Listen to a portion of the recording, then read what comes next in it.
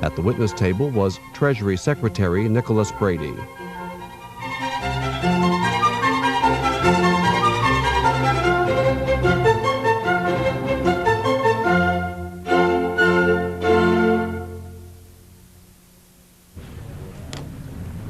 Committee on Banking, Housing, and Urban Affairs, will come to order. Mr. Secretary, we welcome you here this morning for the purpose of considering S-648, the Market Reform Act of 1989. I want to first of all thank my chairman, Senator Regal, and Senator Garn. This is a matter, I guess, under the jurisdiction of the Subcommittee on Securities, but obviously because of your presence here and the interest by the full committee as a whole, will be meeting as such, and I thank the chairman for allowing me to chair the hearing this morning under the auspices of the subcommittee. Let me welcome, of course, everyone who's here today, especially you, Mr. Secretary, as a former colleague from New Jersey and now, of course, as Secretary of the Treasury. I want to thank you as well for sharing with us your views on S-648, the Market Reform Act of 1989. As you know, this legislation, Mr. Secretary, was requested by the Securities and Exchange Commission. Senator Heinz and I introduced it in March of this year, and the Securities Subcommittee, I would add, held a hearing on the legislation in May of this year. I might add that a number of firms in the securities industry have strongly opposed certain provisions of the legislation, and I think it's important that we hear from you and hear your strong support for the measure. Although it is getting late in the session, I would hope that we might be able to move to a markup in the near future. I've briefly discussed this with Chairman Regal, and our hope is if we can iron out whatever differences may remain on this is something we could actually complete action on before we adjourn in the first session of this Congress. We've also asked Secretary Brady to talk about some of the broader issues affecting our capital markets and investor confidence in those markets. I believe that we all agree, Mr. Secretary, that the securities markets in this country are a vital national asset. They have long been considered the strongest, fairest, and most liquid markets in the world. Thousands of American companies depend upon our broad public markets to raise capital for long-term investments and economic growth. The jobs, as well, of millions of Americans depend upon the continued health of these markets and serving the capital needs of business. Just as important, millions of Americans rely upon the fairness of these markets when they invest their savings. But this incredible capital-raising machine that has served us so well has changed, as we all know, very dramatically in recent years, and the pace of that change is accelerating. We now see a market that is dominated by institutions and literally whipsawed by huge computer-driven trades. Individual investors, which have long been a source of stability and liquidity in the market, are leaving the market in large numbers. The professional players have developed trading strategies with futures, options, and stocks that can send the market into a tailspin and just as quickly as we've seen recently drive prices to new highs. Today we see a market which in the last 6 years has been used to retire nearly $600 billion of equity and to add over $1 trillion in new debt to corporate balance sheets through takeovers, leveraged buyouts, and corporate restructurings as well. And just as we've entered the age of leverage and speculation, we've entered the age of consumption. The American savings rate is far lower than our global competitors. This has major implications, as we all know, for the strength and competitiveness of our financial institutions and markets. Indeed, it poses a threat to our future economic security. Having said this, I would still say that our markets are still the great engine of capital formation in this country. Through these markets, we have the ability to provide the patient, long-term capital to keep our economy growing. I believe, and I think we all believe, Mr. Secretary, in a free market, but we also understand that there inevitably will be excesses in free markets.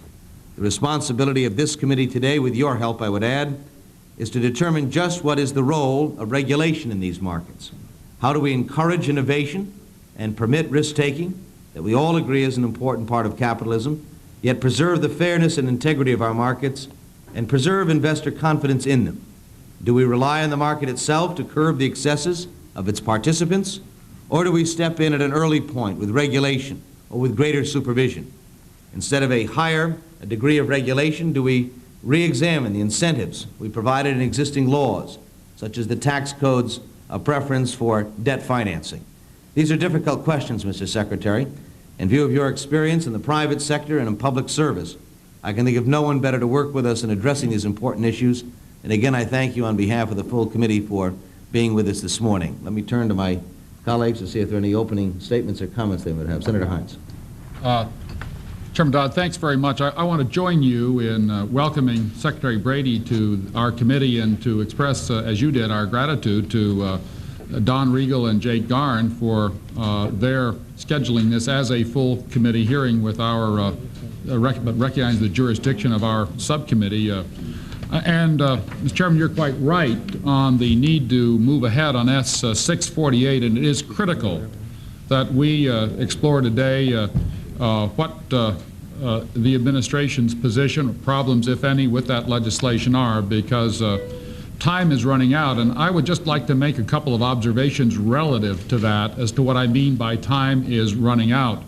I don't know how people felt on Friday the 13th, but I suspect there were many investors who, as they watched the market drop, thought their time was running out. And there was a damage assessment conducted over the weekend, a little bit like they'd been doing in San Francisco, and everybody waited rather anxiously to find out whether a Black Monday was going to emerge like it did in 1987. Fortunately, and I think a lot of credit is due to the reforms recommended by the Brady Commission, by private citizen Brady, disaster was averted. There were some improvements in the market's infrastructure. The market's electronic highways remained open as many investors sped towards the exit ramps on Wall Street. Special express lanes were open for small investors, and traffic was halted at designated intervals in the futures market to permit investors to assess the conditions up ahead. The Federal Reserve Board let it be known that it was going to advance adequate credit to fuel broker-dealers running low on liquidity. And I think we're all pleased, I'm pleased, that the market's infrastructure is indeed stronger. But since the markets need to be a stable bridge that links corporations in need of capital with investors willing to commit their funds for the long haul, frankly, I am worried that Wall Street, as constructed, still looks more like a roller coaster than a bridge or highway. The market's structure, of course, has been built to accommodate its most frequent travelers. Those are the institutional investors who today dominate the stock market. They own 50% of the equities. They account for 70% of the trading. And the gyrations of our markets, in part, reflect the trading decisions of institutional investors who seem more interested in a day trip or a joyride than extended travel down the road to long-term investment. Program trading, in particular, enables these institutions to put their investment decisions on automatic pilot. And the result is that trading inevitably heads in the same direction at the same time. There's a computer-driven herding instinct, and it turns into a stampede. Mr. Chairman and Secretary Brady, I'm concerned that the preoccupation with short-term trading rather than long-term investing is taking its toll on the capital formation process, a subject that Secretary Brady has addressed many times. It's my belief that this is clearly a more volatile market. It's my belief that volatility hampers corporate America's the ability to plan its entry into capital markets, and the signals on Wall Street by the fact that they can change from green to red in minutes means that not only are the corporations unable to plan, but for the individual investor, it's always a yellow caution light, and they are saying, I'm not going to cross the street and get involved in investing. It also seems to this senator that some institutional investors also seem more interested in owning the market in the form of stock indexes rather than owning the corporate assets and earnings that equity represents. And as a result, corporations that are owned by everyone tend to be accountable to no one. Corporate management in search of owners that constantly change may be left without direction. Corporate management seems forced to cater to the whims of fickle institutional traders rather than the long-term demands of an increasingly competitive marketplace. And, Mr. Chairman, I know that Secretary Brady shares many of these concerns. I'm pleased that he's placed at the top of his agenda efforts to encourage capital investment and capital formation. As the chairman of the Presidential Task Force on Market Mechanisms, he set an agenda for stock market reform that he's in a unique position now as Secretary of the Treasury to fulfill. The SEC, as you mentioned, Mr. Chairman, has recommended a basket of market reforms. I was pleased, Mr. Secretary, to join Chairman Dodd in introducing that Market Reform Act of 1989. We do need your comments as to the extent to which they will help address some of the specific concerns and problems that I've mentioned. Thank you, Mr. Chairman. Chairman Regal. Thank you, Chairman Dodd. Let me say to you and to Senator Hines how much I and the committee appreciate the leadership both of you are giving to the issues that are being covered today and within the Security Subcommittee generally. Secretary Brady, let me just say that I think we've had an excellent working relationship. You have and your people, the Treasury Department has had with this committee, and I think we've been able to cover a lot of ground, get a lot of things done this year, particularly the savings and loan legislation. I think we have an opportunity here as well to move some legislation that's very important and to do it this year, as has been suggested by the others that have spoken. We received a letter from you yesterday in which you say, and I quote you, "The four proposals in S-648 are timely and important, and the sooner they are enacted, the better prepared we will be for future market volatility." End of quote from you in your letter of response. I think that's a very powerful statement, and it's clear-cut, and it's appreciated by the committee. I know that on some areas right now there are sharp points of difference. The capital gains debate, which is going on in the Finance Committee, where Senator Hines and I also serve, is an area where there are some sharp differences of opinion right now between members of Congress and the administration, and so it's harder to come to some kind of a resolution of those kinds of differences. Here, I think we have an area where we have a substantial body of agreement, and I think it's very important that we demonstrate that we can show a good, solid, bipartisan progress and accomplishment in areas of important need, national need, when in fact our thinking lines up as I feel it does in this area. So I'd like to just say that I think it's especially important, given the market volatility, the fact that you're obviously concerned about it in the future, as your letter states, as am I, that we really ought to take the occasion of the kind of bipartisan relationship we've developed and get this piece of work done. And I'm willing to work as hard and as long as I know my colleagues here are on a fully bipartisan basis with the administration to get this done hopefully this year. And I hope we can do that, and in that spirit, and I know we've talked before along those lines, and perhaps you can address that a little bit later on in your own comments. Thank you. Senator Garn. Mr. Chairman, in the interest of everybody's time, I will ask unanimous consent that my statement be placed in the record. Without objection, so ordered. Senator Sarbanes. Well, thank you very much, Mr. Chairman. I'll be relatively brief, but Mr. Secretary, first of all, I subscribe very strongly to what my colleagues have said about the importance of the capital markets and their integrity and safety. And obviously that's been once again underscored by the recent developments. I have to admit to you some concern by the movement on this matter. My understanding is, and if the facts I'm giving you are not,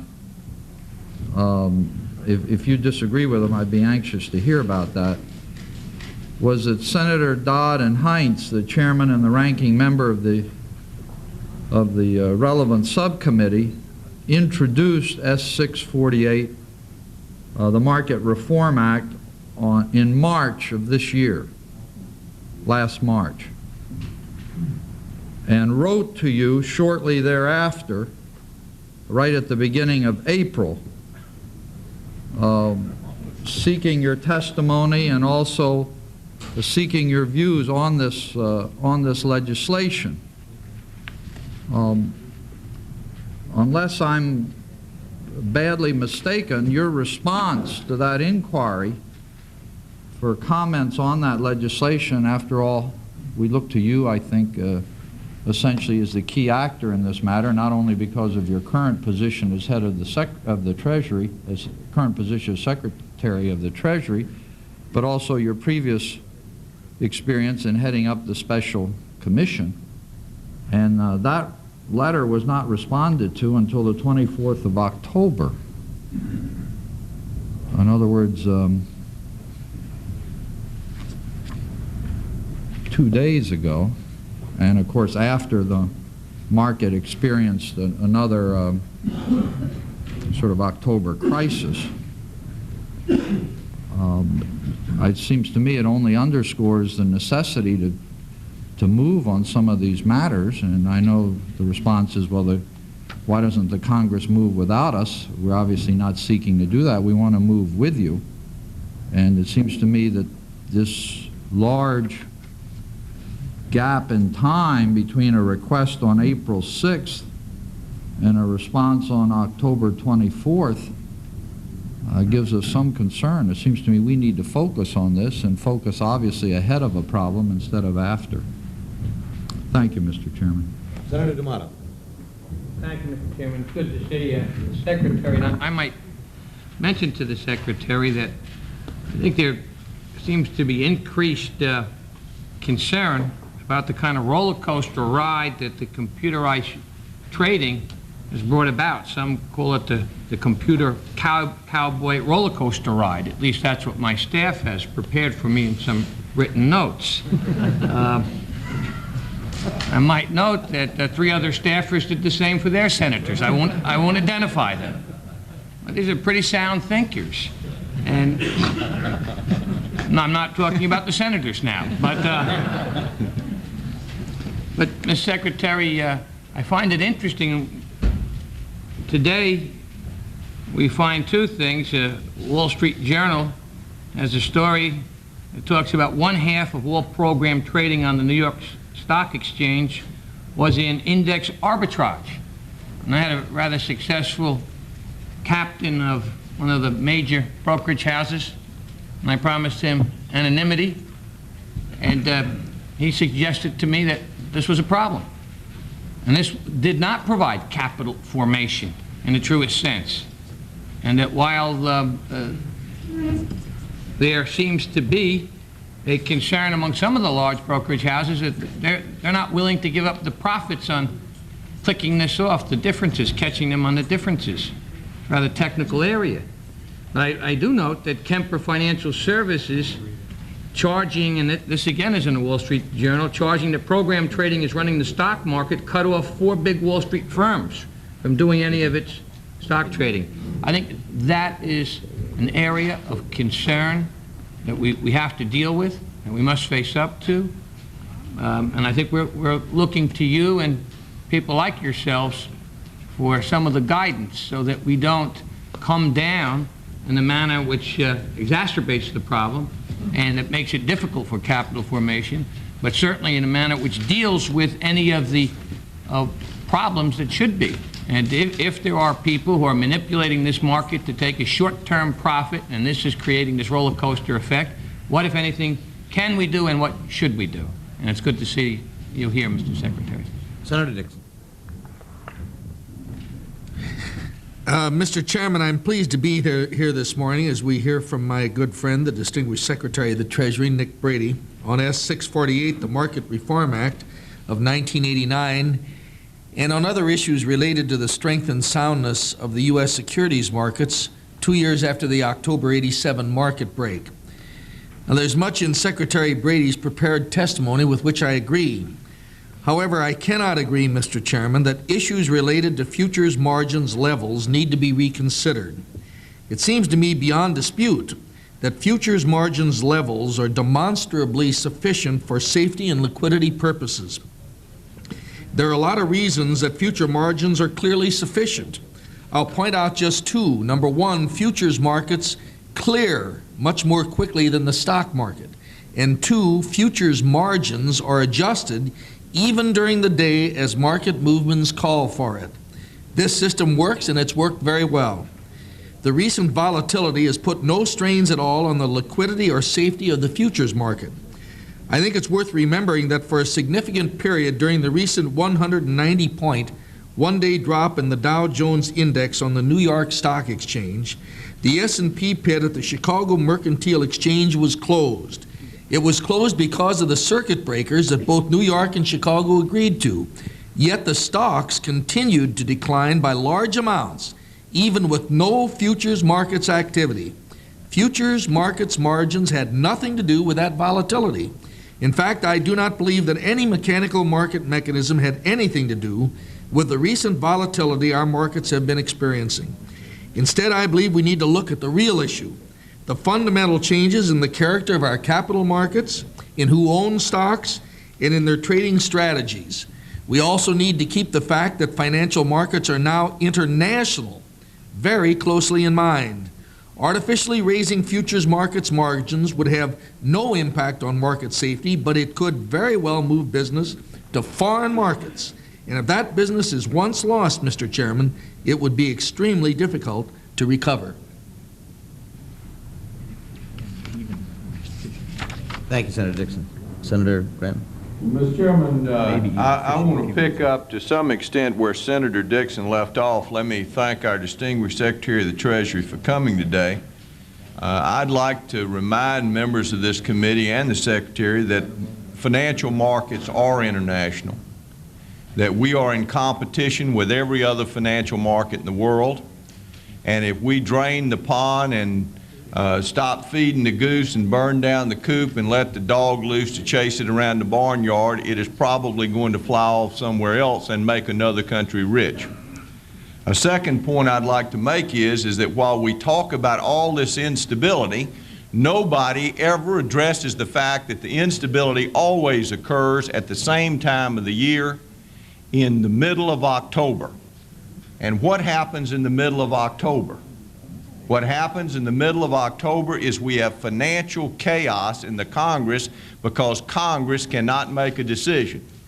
We create the instability, and then we blame the thermometer for indicating that the temperature of the patient has gone up from a disease that we caused, and we want to investigate the thermometer instead of treating the patient. Secondly, I think we need to go back and look at circuit breakers, because as I look at the data, they not only do not work, they make the problem worse. Circuit breakers made sense when we didn't have clearing capacity, and so we were seeing markets break down. But there is nothing more destabilizing to a market than the lack of an ability to buy and sell. And I think we need to look at the data on October the 13th, now that we have expanded capacity, and ask ourselves if in fact circuit breakers have helped. As I look at the data, they have not helped, they have hurt. Let me also, Mr. Chairman, say something about computer trading and program trading. And I feel passionate about this, and I hope I don't hurt anybody's feelings, but I have never heard more nonsense in my life from people who are supposed to be knowledgeable on these matters than what is being said about computer program trading. The idea that we can limit the ability of people to use modern technology to make investment decisions in this great capitalistic country is absolutely and profoundly astonishing. The idea that someone investing their life savings does not have the ability to use a computer or a program. My God, they've got a strategy that they're trying to promote their own well-being, and in the process making us the richest and most prosperous nation on earth, and that somehow we should have the ability to come in and ban the computer or ban programming trading is a know-nothingism that rivals the know-nothing policies of the 1840s in this country. If we can make markets work better by banning modern technology, it's only a matter of time till we get down to the telephone and the ballpoint pen, and it is absolutely astounding that this kind of nonsense passes as some kind of approach to dealing with a market problem. Finally, so as to not overstay my welcome, Mr. Chairman, let me just say that markets go up and down. Markets are barometers that measure what is happening in the country. They measure expectations about future profits. Our role, as I see it, is to be sure that those markets are efficient, that they have clearing capacity, that they have liquidity, and that they are scrupulously fair and honest. Beyond that, it is not our job to write laws that say markets ought to always go up, or we ought to suspend them when they go down, or just nonsense that interferes with the ability of the market system to do its work. And I'm deeply concerned about it. I think we're tampering with the very heart of the American economic system, and I think that we ought to go very slowly and be very careful. Yeah, well, I got Senator Shelby. I'd already elevated you, hadn't I? In the interest of time here, I think, Mr. Secretary, it'll be early in the afternoon before we get to you. I hope you've got something soft to sit on out there before we hear your remarks, but I will try to be brief with mine. I do have a prepared statement, Mr. Chairman, that I'd like to be made part of the record. And having done that, Mr. Secretary, something that does bother me, I know we're in an age of technology, and I know we don't go backwards, and I agree with Senator Graham that we shouldn't go backwards, otherwise we'd be turning the lights off in a few minutes and everybody would be thinking you're whispering because we wouldn't have a microphone. But I am concerned about the flight of the small investor, which, as you well know from being in the private sector and being in your present position, is really happening out there. And at the rate we're going, there won't be any small investors left, and it might not be 10 years. How do we get the small investor back in the market? They're frightened, they're scared, they feel like they have no control of events or even no way to influence events. And I think that the small investor, well, historically has played a tremendous role. Perhaps it won't play a big role in the future, but I think it's important. You can look at the brokerage houses, the retail business and so forth, and the thousands of people have been laid off. But without confidence by the small investor, will the market just be for the big boys? Thank you, Mr. Chairman. Thank you, Senator Shelby. And again, Mr. Chairman, Mr. Secretary, rather, we thank you for being with us. I'm sorry, Senator Mack. I apologize, Connie. I appreciate that. I guess being the last one to speak, there's a little pressure to be short. But I can't help but build on the comments of my colleague, Senator Graham. When he was talking about computer program trading and the idea that we would be talking about limiting technology reminds me of a story. I come from a town called Fort Myers, and Fort Myers was the winter home of Thomas Edison, and that's where he did a great deal of his experiments on the light bulb. And the story has been told that if Thomas Edison were alive today and he were to announce the invention of the light bulb, that CBS Evening News tonight with Dan Rather would report that today the candle-making industry was threatened, and that some member of the Congress would go to the floor of the Senate or the House to propose legislation to protect the candle-making industry. And I find that we are exactly in the same situation here. There's a tendency on the part of the Congress to point fingers at other institutions for the faults that they have created. And again, you go back to October of 1987. I remember October the 19th fairly well. I think that was the date, wasn't it? October the 19th, I was announcing that I was running for the United States Senate. I might add that I got very little coverage that day as the market fell 500 points. But I do recall the debate we got into as a result of, what caused the market to decline. And I know that in your report, you indicated that one of the events was the passage by the House Ways and Means Committee on a piece of tax legislation that was going to limit the deductibility of interest on loans that were used for the purpose of purchasing over 50% of another company. And the market reacted to that. And I would make the claim that the market reacted again on October the 13th, Friday. when they found out that the Congress, that the Senate was not going to deal with the capital gains legislation. The market believes that if you lower capital gains, that the asset values are going to increase. And as a result of that increased asset value, the market is going to increase. The market at that time, let's see, when the House passed the capital gains was 2673. On the 11th of October, it was 2773, 100 points up. Today, the market's 2653. What I'm saying is the market reevaluated. It said that since the opportunity for lower capital gains may have been lost, therefore rates were going to be higher than what they anticipated. The value of assets again dropped and the market reevaluated those assets. So I share some very, very strong feelings that expressed by Senator Graham, that we are doing the wrong thing. We are in the process of putting shackles on a free market, and I think that's wrong. Thank you, Senator Mack. I'll point out that, of course, what we're talking about here today is S648. There are 4 provisions within that bill, and 3 of them, of course, have to do with 2 of them reporting requirements, which would gather more information. The 3rd has to do with improved coordination between the clearance and settlement systems. This is what I would sometimes do when I hear some of these arguments, sort of the Washington Monument arguments. We're hearing arguments being raised that no one's even suggested, and that is the idea somehow we're going to stop program trading or do away with computers and ballpoint pens. What we're trying to do is, of course, increase the availability of information so we can make intelligent decisions. And I would suggest that maybe my colleagues might spend some time reading the legislation before they suggest what we're doing here. So I welcome again, Mr. Secretary, your presence here this morning. Could I just ask an informational question? I couldn't find in this bill the provision that bans the computers. You won't find it in this legislation. Thank you.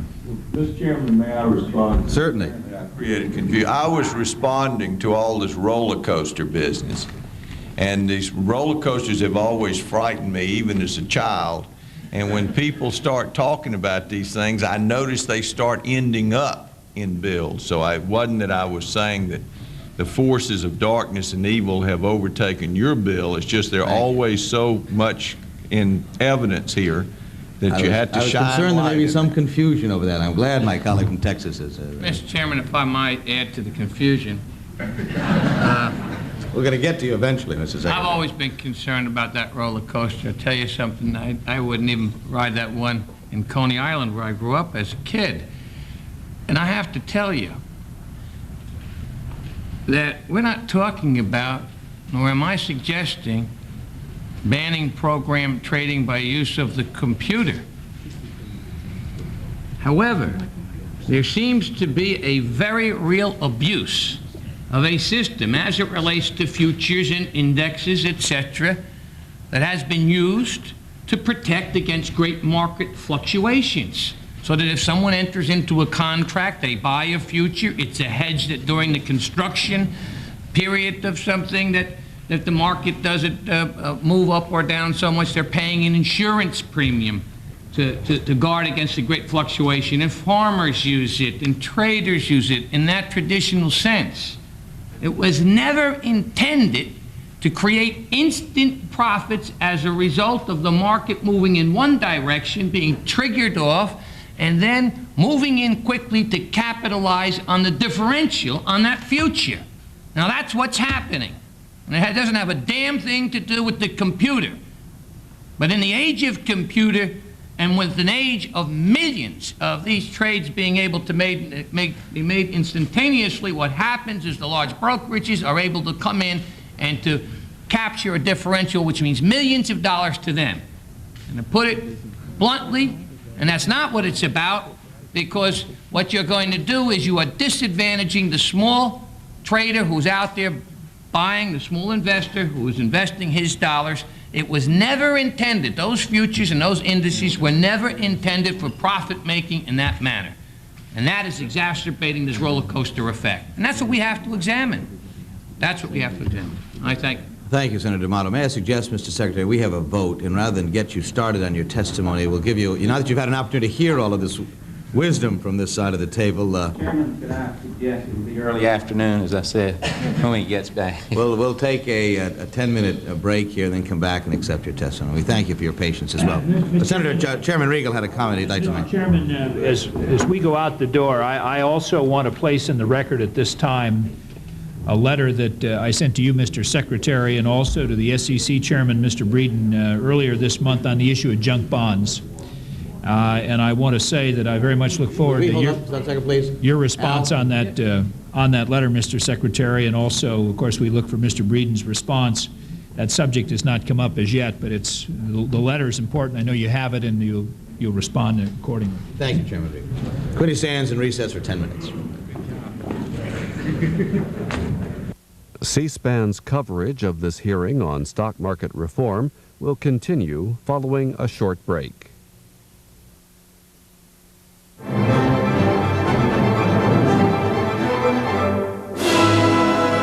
Good evening from Washington. You're watching C-SPAN. Tune in Friday at 6:30 p.m. Eastern Time when we'll look at current political campaigns around the country on a live viewer call-in program. 2 political consultants will review campaign ads and comment on gubernatorial races in New Jersey and Virginia, as well as mayoral contests in Houston, New York City, Seattle, and Cleveland. We welcome your calls for Jill Buckley and Douglas Bailey Friday at 6:30 p.m. Eastern Time, 3:30 Pacific, here on C-SPAN. Following this hearing on stock market reform, we'll bring you remarks by Attorney General Dick Thornburgh delivered earlier today at a luncheon of the Religious Alliance Against Pornography. Then the topic turns to pesticides regulation. You'll see a statement by President Bush proposing changes in the process for removing foods with potentially hazardous substances from the market. A news conference on the issue by several cabinet officials and congressional reaction by Democratic Senator Joseph Lieberman of Connecticut, who sits on the Environment and Public Works Committee. After that, it's a White House ceremony granting Hungary Most Favored Nation trade status. And at 1:30 a.m. Eastern Time, 10:30 p.m. Pacific, NASA Administrator Richard Truly addresses members and guests of the National Press Club. That's what's ahead in the next few hours here on C-SPAN.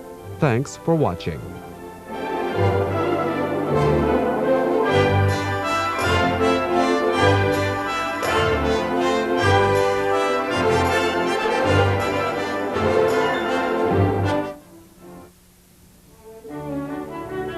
As part of our 10th anniversary, C-SPAN acknowledges our viewers from across the country. This week, C-SPAN recognizes Lindy Peckham from Mazomanie, Wisconsin. Ms. Peckham is a retired teacher and newspaper person. She's interested in word games, politics, and history. Ms. Peckham watches C-SPAN on her home satellite dish. We first got cable in our little village of Mazomanie. It's about 1,200. I guess just switching the dial, found C-SPAN and fell in love with it. And a couple years later, our cable company decided to take C-SPAN off and put on another program. So I immediately got in touch with my satellite dish dealer and had a dish installed by the time C-SPAN went off. And I am probably the only person in town that watches C-SPAN. I talk about it a lot and try to get the school and my friends interested in C-SPAN, but I tell them what I saw on C-SPAN, and they say, "What's that?" I turn it on in the morning and try to catch the first call in, and then I leave it on, and it stays on, and if I'm in the kitchen I can hear it, and so it's just sort of backdrop for me. And I switch from, if the House is having a vote, I switch to see what the Senate is doing on C-SPAN too, and if they go into a vote, then I'm switching back, and so that's pretty much my, I just keep watching it all the time. My favorites are the call-in, and I love to listen to the different accents from all over the world, actually, and sometimes I think I get a question on my mind, and about the time that I think I should go to the telephone, somebody asks that question, So I enjoy listening to all, well, different political people that come on with their point of view, and then next guy comes on and says, no, they, forgive them for that, they're wrong. And so I guess I just like the variety of the people. And I do respect the audience a lot because I think they're well-traveled and quite well-educated, and I enjoy being part of that group. C-SPAN's look at American democracy is available to more than 46 million cable television households around the nation. C-SPAN is a non-profit cooperative created and supported by the cable television industry as a public service to its national cable television audience. In addition, C-SPAN is underwritten in part by the following. What can you expect from a company named Bell South? Exactly what you'd expect from one of the leading communications companies in the world. Bell South. Everything you expect from a leader.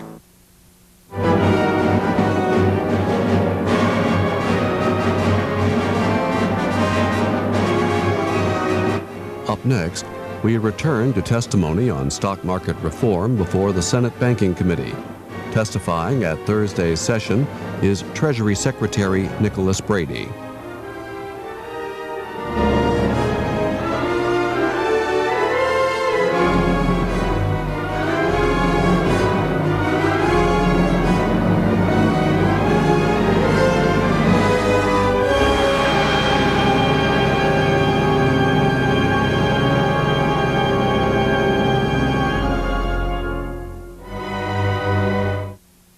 Wait until the Committee will come to order. Mr. Secretary, as you're taking your chair, we've now had an hour of listening to us and a hearing in which we were convened to listen to you. And so we'll get about the business of listening to you. We welcome you once again. Chairman Dodd, Chairman Riegel, Ranking Member Garn.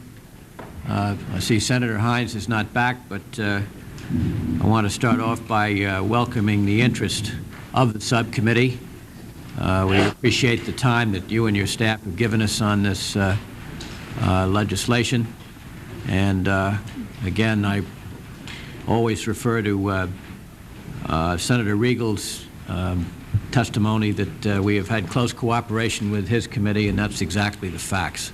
Appreciate both the effort and the work that's taken, both from you and from the ranking member, Senator Garn.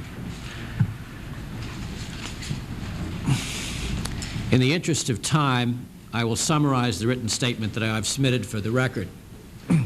The committee certainly picked an appropriate time for this hearing. The market's fall and rise on October 13th and 16th underscored the continuing potential for volatility. It also showed us the real progress that has been made in several areas and highlighted some steps that we should take to reduce the chances of major market disruptions. One important step is the enactment of the 4 proposals contained in S-648, the Market Reform Act of 1989. Another is the continuing effort of the Working Group on Financial Markets, which addresses such key issues as circuit breakers, margin requirements, and clearance and settlement. While my testimony today will address each of these steps, the time has come to acknowledge that the global security markets are indeed linked. In exploring international and intermarket linkages, I believe the United States should lead the way. And the Working Group decided just this week to begin the initial efforts to do so. In today's testimony, I will describe some of the reasons for these actions. First, let me begin my remarks with a brief description of the market's sharp swing 2 weeks ago and the general condition of the market since October 1987. The decline of the stock and futures markets on Friday, October 13th, raised fears of a repeat of the Friday before the Monday collapse in October 1987. The Dow Jones Industrial Average lost 190 points, the second largest point drop ever and the 12th largest in percentage terms. Obvious imbalances existed between markets in New York and Chicago, as they had in 1987. Yet, as we know, despite the fourth largest trading volume in history, on Monday, the equities market recovered 50% of its losses without incident. We will know much more about the events of 2 weeks ago and how they compared with October of '87, when studies now underway by the regulatory agencies have been completed. Yet preliminary observations can be made. First, as I said on October 13th, it's important to recognize that the Friday decline does not signal any fundamental change in the condition of our economy. We continue to believe that the economy is well balanced, with prospects for continued moderate growth. I was pleased to see this morning the GNP figures of good solid growth with a lowering of the rate of inflation. Second, in many ways, I think we can be assured by how well the system functioned. Few of the operational problems that we witnessed in 1987 occurred, and although investor concerns were understandable, there was obviously a greater sense of confidence by all market participants. Contributing to this sense of confidence was the general recognition that markets in New York and Chicago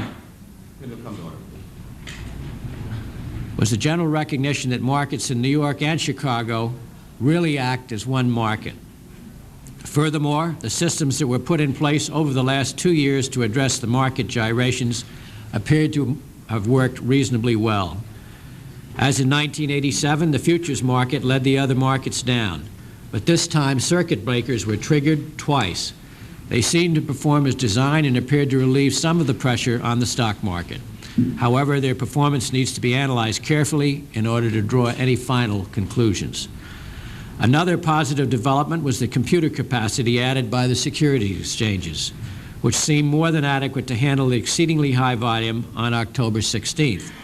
As you know, the exchanges and the over-the-counter market soon will have the capacity to handle 1 billion share days, which will further improve market operations.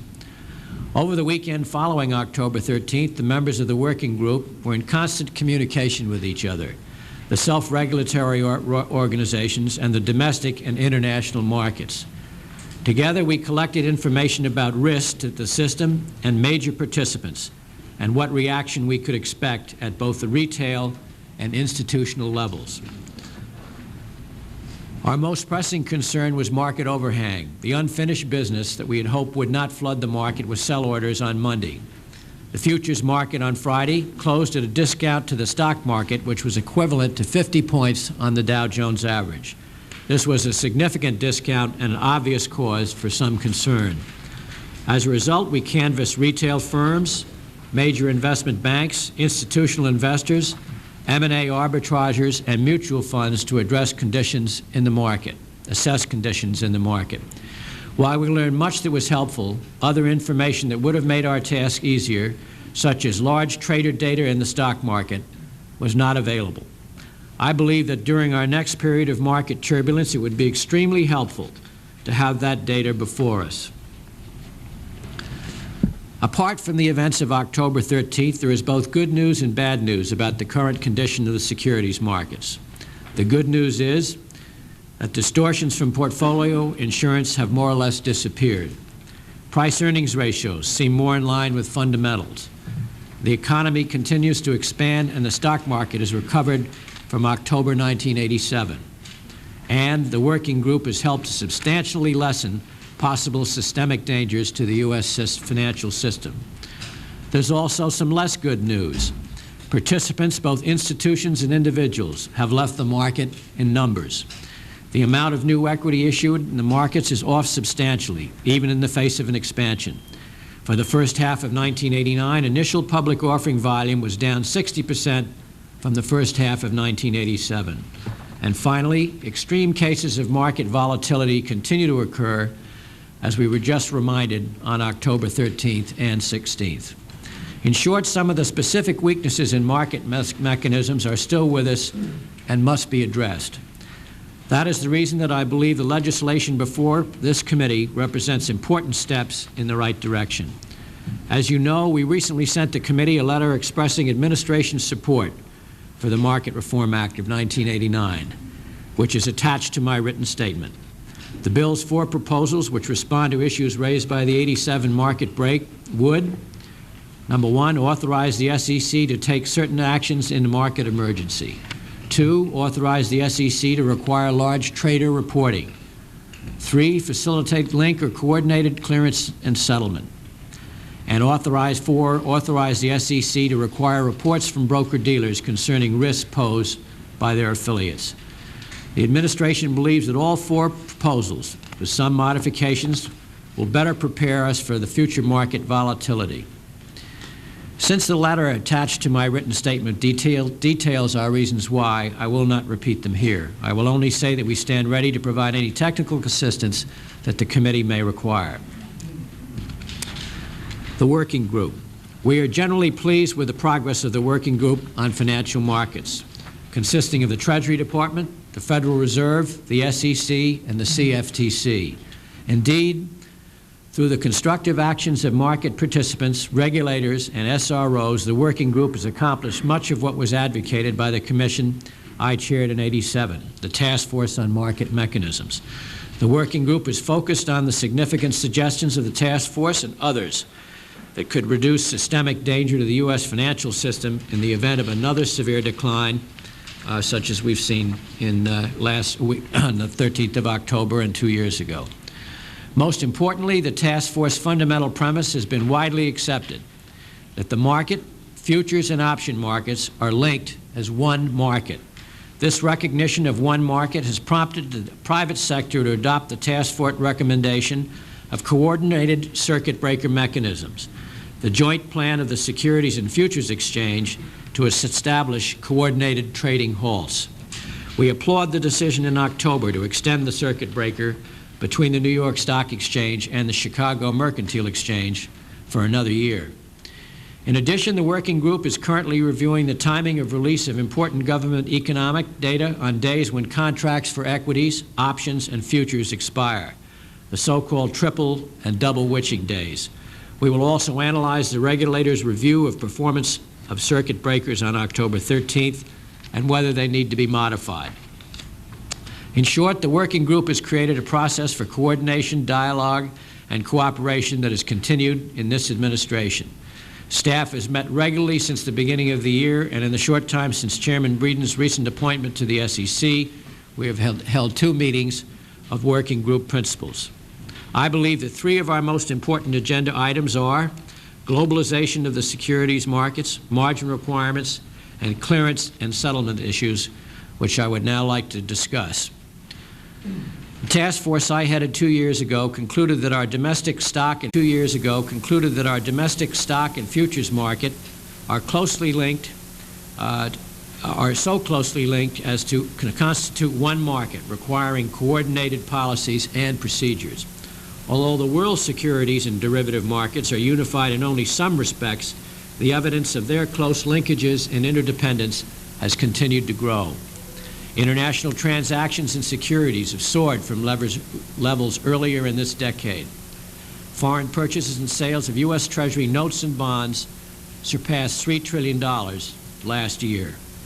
Total foreign portfolio investment in the U.S. has increased from $74 billion in 1980 to $394 billion in 1988, while U.S. portfolio investment in foreign countries has risen from $63 billion to $157 billion. The growth of international indices and global funds feeds back into the demand for many U.S. securities, making them subject to conditions in world markets. And vastly improved technology has created instantaneous worldwide trading and information sharing. This rapid expansion of global securities markets suggests that we should consider the interrelationships among markets on a global scale. The working group decided this week to identify particular issues where an international and intermarket approach would be useful. We will certainly keep Congress fully informed and consult with other countries as we proceed with efforts in this area. Margin requirements. As you know, the task force that I chaired on the '87 market break recommended that margin requirements be harmonized between the equity and the derivative markets. In 1988, the working group concluded that the then current margin requirements were sufficient for prudential purposes and consistent between the 2 markets. However, the futures market subsequently reduced their minimum margin requirements to to levels even lower than before the 1987 collapse. This raises questions whether futures and equity margin requirements are consistent at these levels and whether futures margins are adequate. I am very concerned about these issues because I believe there is a public interest involved beyond the private interest of the exchanges. I therefore intend to ask the working group to reconsider issues related to margin requirements. Clearance and settlement. Finally, let me mention one other item on the working group's agenda that is critically important, the intermarket clearance and settlement system. Sufficient progress in this area has not been achieved, although the working group has made a number of constructive proposals. Since clearance and settlement is the weakest link in the whole system, improving it would help ensure that a securities market failure does not become a credit market failure. It would also facilitate cross-margining in a safer, more straightforward way, with possible implications for margin levels.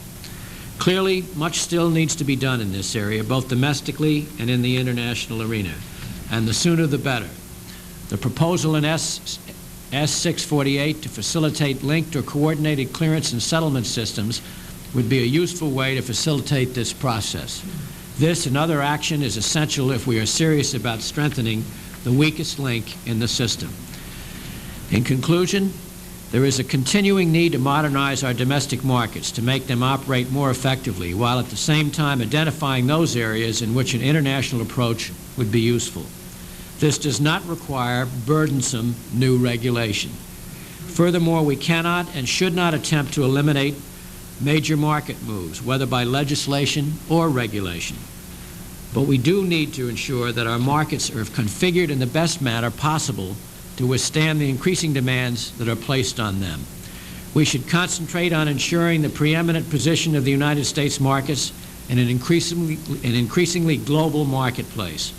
There is no longer a parochial, this is no longer a parochial tug-of-war between markets in New York and Chicago. Unless we manage and configure our markets correctly, we will not maintain our leadership in the global marketplace. And this is one industry where once we fall behind, it will be very, very difficult to catch up. Mr. Chairman, that concludes my testimony, and I'd be pleased to answer any question you or other senators might have. Thank you very much, Mr. Secretary, and you've raised some interesting observations in your testimony, which I know will be the subject of some question here. We've been joined as well by Senator Bryant, Senator Graham of Florida, as well as Senator Bond of Missouri, and we thank them for coming by. And if you have opening statements, they will be made a part of the record for you here today. But we'd like to, with your permission, move along with the questioning here. Mr. Secretary, prior to October 13th, and between the period of October 19th of '87 and October 13th of this year, there were some who suggested the markets were just so strong that we simply didn't need the Market Reform Act, which Senator Heinz and I had introduced on behalf of the SEC. And as I read your testimony, and most importantly, in a way, your letter, by the way, which I deeply appreciate very much, and I'm going to ask unanimous consent that letter be made a part of the record as well, because you really go into some specificity there. You suggest that the Market Reform Act would have been helpful. Not that it would have necessarily had anything to do with what occurred specifically on October 13th, although I'd be interested in hearing your observations on that, but probably of assistance to those responsible for regulating the markets over that weekend, possibly. A couple of the ideas that are included in the legislation. I wonder if you might just give us some sense of the timeliness. Senator Regal has indicated how important he thought it was for us to move on this piece of legislation. Is that your sense as well, that we should act pretty quickly on this thing? It's my sense as well, Senator. I think, you know, my answer doesn't indicate any heightened conclusion about the state of the market, but I think the four principal thrusts of the legislation are good, and we ought to enact them. Now, yesterday, Richard Breeden testified before the House committees, and again, they've indicated that they, by and large, are in support of what we're doing here. I wonder to what extent you can share with us your conversations or staff conversations regarding the legislation in terms of the unanimity of thought, if you will, on this. Are there any differences of opinion? Well, I don't think that they're ones that are sufficiently important that they need to be going into this morning, Senator Dodd. We have some modifications which the Treasury staff and your staff and the House staff are working on, but I don't think that they in any way interfere with the basic thrust of the legislation. Could I just ask you if it would be possible at your urging, and I would certainly do it with our staff up here, and ask the chairman if he would agree that next week we try and get people together to iron out whatever differences remain so we could actually schedule a markup for this. I think if we set a schedule, we're more likely to get some success in resolving those differences. That's fine. Would you yield on that point? I want to underscore my strong feeling on behalf of what Senator Dodds just said. And the current intention is to try to have the Senate adjourn on or about the Thanksgiving period. Now, that may or may not come about, but I think whether it does or doesn't, the legislative window that's left this calendar year, Mr. Secretary, is really quite short. So we're talking about roughly a month's time. Now, my sense is that, as Senator Dodd has said, that we can get this bill passed and on the President's desk this year. It's entirely possible and feasible to do that, but it won't happen unless we all put an expedited effort on it.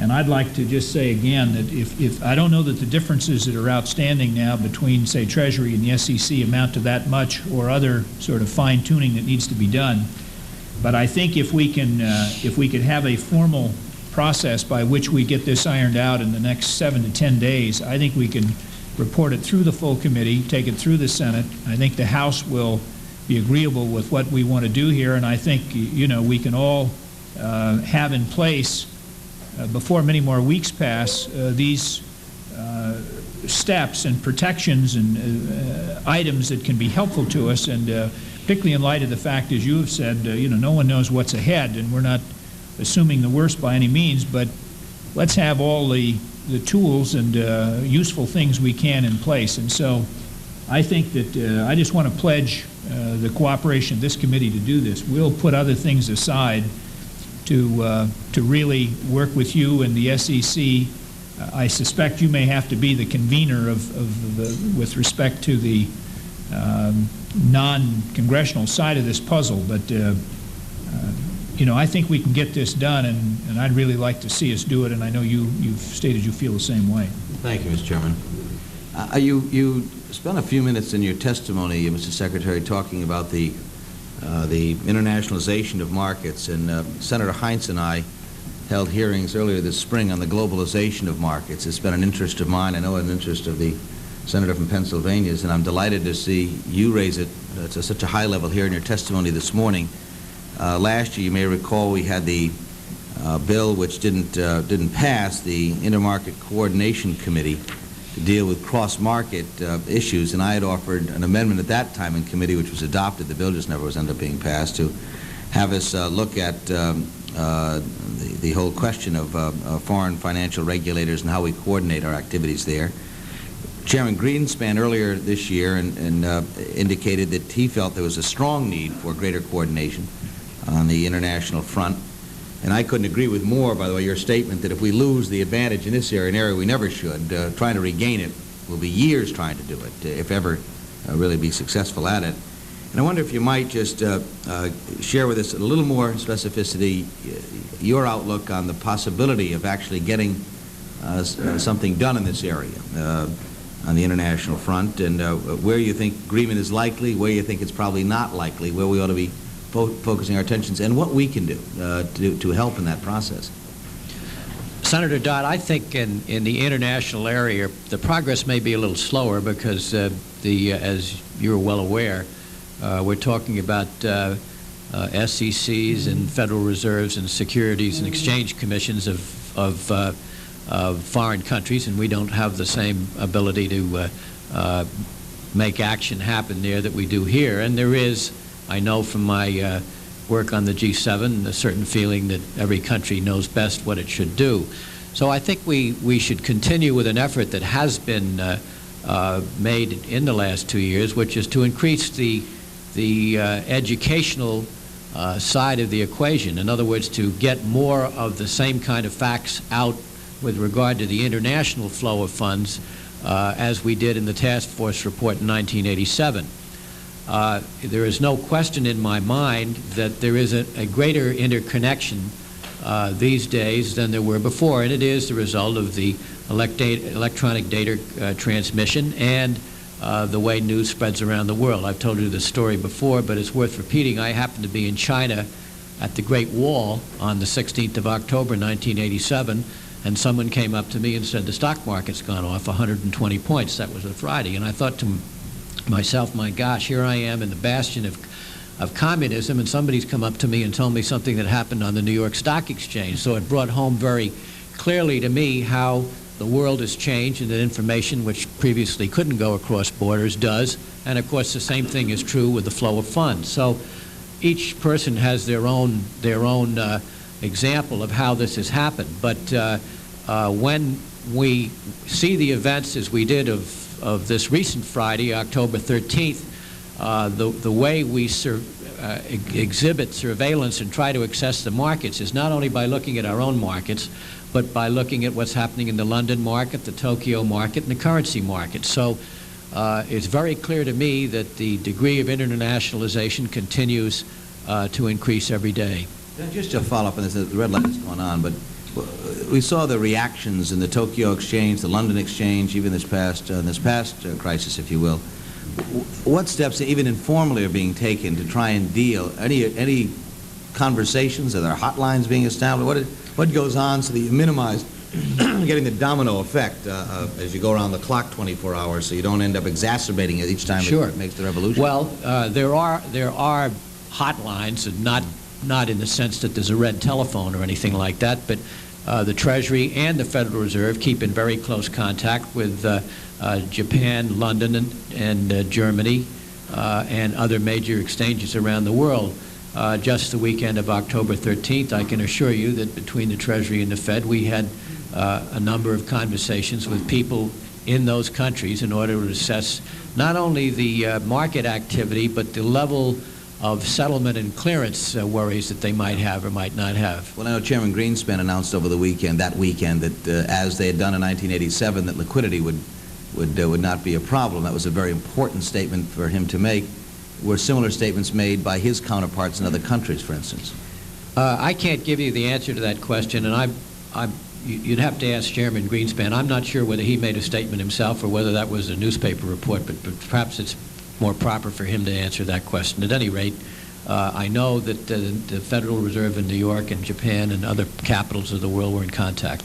Well, I just want to again commend you for your interest in that particular aspect of this, and to let you know you've got some very willing players up here who would like to help in any way at all possible. I see that as because the crisis can come in some other market, and how our markets would react. We have a tendency to think the whole world sun rises and sets in this country, and we could be affected dramatically by something occurring in another part of the world. And so anything that can be done to help coordinate activities, it seems to me, is going to be extremely important in that regard. My time has expired. Senator Hines. Thank you, Mr. Chairman. Mr. Secretary, on page 3 of your testimony, you state that it's important to recognize that the stock market decline on October 13th of this year doesn't signal any fundamental change in the condition of the economy, which in your view is well balanced. And that suggests the possibility, at least to me, that somehow the behavior of the market is disconnected or driven by factors that have very little to do with the underlying health in the economy. Now, that may not be the case, but if it is not the case, how does one explain that kind of apparent volatility in the market? Well, I don't say that it's entirely disconnected, but the point I was trying to make, and I'll get to your question in a second, Senator Hines, is that in spite of the drop of 190 points, that the economy looked as though we were going to have continued growth, and it was basically sound. The question I think we all have is, how do you have a 190-point drop in the Dow Jones average in an hour and a half on volume of less than 250 million shares? And I think the answer is that there is, again, we can't be precise about exactly which, there are market mechanisms which exist which produce that kind of a downdraft. And it's, in my opinion, one shouldn't be terrified of this kind of thing. We simply have to deal with the new economic realities of electronic funds transfer, which are instantaneous, and information, which is instantaneous. And that, when it comes to a point where you get a lot of the same conclusions among a number of people who can exert big volume on the exchanges, it produces a down draft like we had on that particular day. So that's disconnected in my mind from the underlying state of the economy. Now, a lot of us use the word volatility, perhaps inaccurately, to describe what seems to be, over the last several years, the behavior of the market. Does Treasury have any studies as to whether or not the market today is in fact more volatile than the market of the good old days, whenever those were? Well, I'm sure we could provide you with some. Per se, I don't know of any, but I mean, by inspection, we've had in the last 2 years 600 million share days and a loss of 22% in one day in 1987, and of course this year we had a 7% loss on Friday the 13th. So I would say that by inspection that it is more volatile. I would be inclined to agree with that, but sometimes when you go and look at statistics carefully, you don't always, you find that the conventional wisdom, which I happen at this point to be guilty of as well, isn't necessarily supported by the facts. But let's assume the conventional wisdom is right. Do you share my concern that the volatility exacts a price on the economy in certain areas?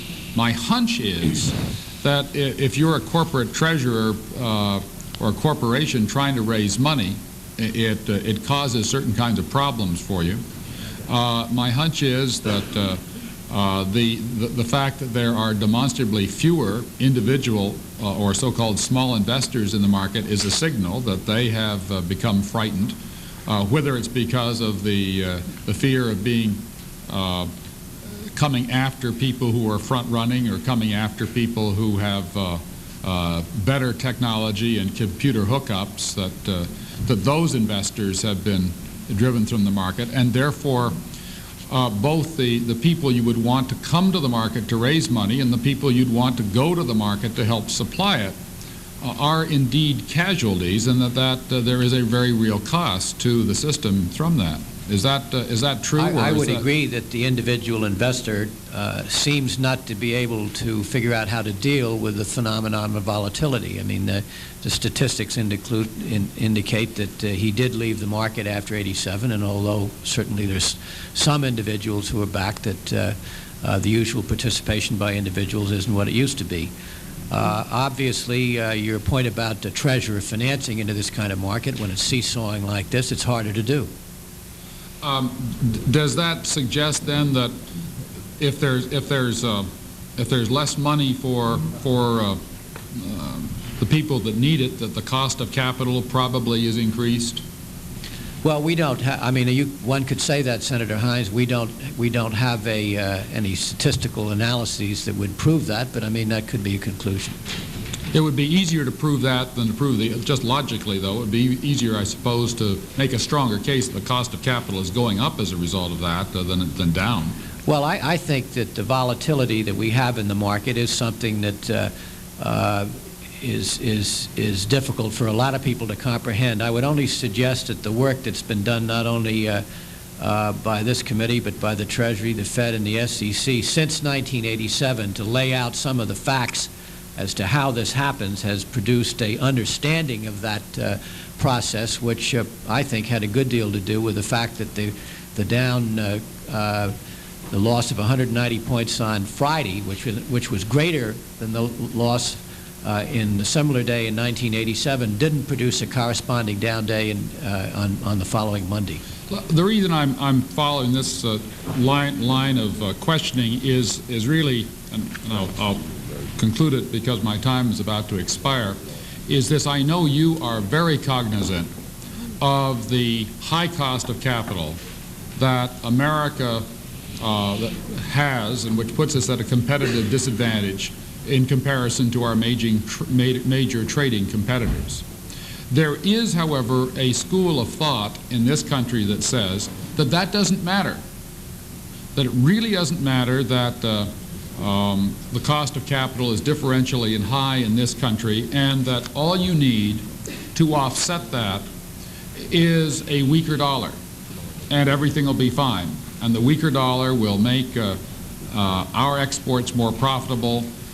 People will put money into those enterprises because of the perceived profitability, and therefore we shouldn't worry about whether it's capital gains or whether it's double taxation or whether it's the volatility of the market or any of the factors that cause the cost of capital to be high.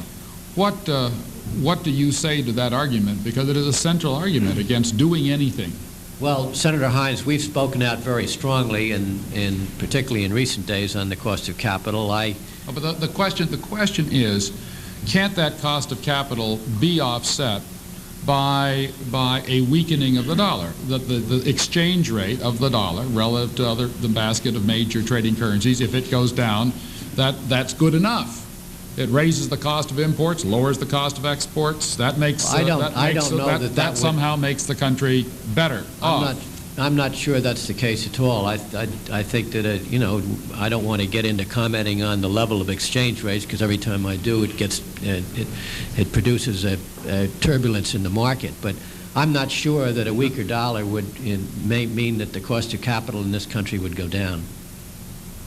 I don't. Well, my time's expired. Let me just say, for the record, if I may, Mr. Chairman, to be very clear, it is no one argues and this is not my point of view. I want you to understand. The people who contend that a drop in the value of the dollar will offset the high cost of capital do not say it reduces the cost of capital. They say it is an offset to the high cost of capital in terms of world competitiveness, and they argue that the reason you shouldn't cut capital gains, or the reason you shouldn't eliminate the double taxation of corporate profits and dividends, the reason you shouldn't worry, by extension, about volatility of the stock market, and by extension, the reason you shouldn't worry about the educational system in this country, which doesn't produce what it ought to do, is that you can offset that with a weaker dollar. Now, the reason I can't accept that is that a weaker dollar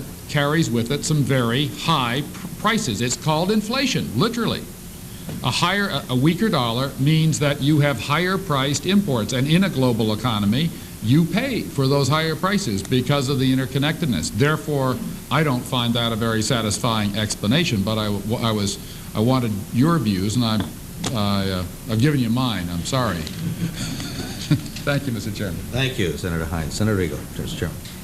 Very difficult to get into these complex subjects in the short time periods that we necessarily must work with.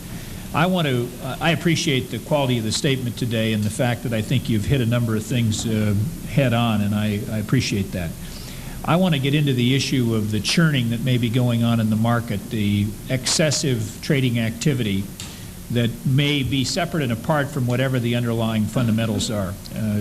John Hines just raised the question of the contradiction. On the one hand, if everything seems to look pretty good in terms of the future, why does the market lose 7% of its value in roughly an hour's time? Very powerful question. We've taken a look at some of the churning statistics or volatility, just trading volume statistics. And let me give you 4 or 5 to try to put together in some kind of a composite. 2 years ago, in 1987, the turnover of all New York Stock Exchange listed stocks was 87% turnover in a single year. That, if you go back in time, that is roughly double what it was, say, in 1980. And if you go back as far back as 1960, it's 5 or 6 times. So there's a lot of turnover going on. If you add the stock index futures, the total annual turnover rises to 150%. So you've got an awful lot of rollover of stock activity. Now, when you take a look at who's doing it, you know, the small investor is basically bailed out of the market to a very large extent, and the institutional investor is obviously a huge new force and growing force in the market. The data that we have indicates that institutional investors amount for 75% of all the trading, although they hold only about 50% of the shares. So if they behaved in their trading behavior the same way that individuals do, that by itself would reduce volatility and just trading volume. Pension funds represent 44% of institutional money and are the single largest investor in equity markets. The data we have shows that the pension funds now own 25% of all equities, and they're going to be owning about 50% within 10 years. They already own half of all the shares of the nation's 50 biggest companies. So if you take a look at who now owns the shares and who's trading them in large volume, we found this out, that between 75 and 83, it's hard to, the data is somewhat out of date here, but I suspect it's even higher now, pension portfolio turnover in just that period of 8 years tripled. And what also comes out of the data is that the pension funds that trade a lot and keep rolling these stocks over and add to this market volume and volatility almost inevitably do worse than the market average. So they trade more and they end up doing less well than the market average, and they end up eating up about 1/6 of their portfolio income just in transactional cost. So you've got this tremendous volume of trading activity out there, to which then program trading, these other devices, come along, and they can accelerate, in my view at least, the way in which this is done, so you can do a whole lot of it in a very short space of time, which can involve watching something like $250 billion of equity value vanish in an hour's time, as we saw on the 13th. Now, these trend lines have been running for a period of time. They're very powerful trend lines, but it strikes me that as we start looking at this, we ought to think about some way, sensibly, to reduce just trading for trading's sake. Now, I realize that this may offend my colleague from Texas, but I think there are some broader purposes served by our capital markets that, in terms of maintaining their strength and soundness and long-term orientation and integrity, that require us to look at this. And I want to ask you specifically to react to one idea that's been presented by Senator Dole and by Senator Kassenbaum. They've become concerned about this, and I share their concern. And they have now proposed legislation that would impose a tax, an honest-to-God tax, on short-term gains of large pension funds which are not incurred to protect the long-term portfolio assets of the fund. And the way their legislation would work is that holdings of these pension funds of less than 30 days, if they're just rolled over and create a profit within that period of time, they'd be taxed at a 10% rate. And any holdings that are held for less than 6 months that are rolled over, profits on that would be taxed at a 5% rate. And then when you get beyond the 6-month period, then they would not be taxed as such. And they make a distinction where gains from identified hedging transactions would be exempt from this kind of legislation.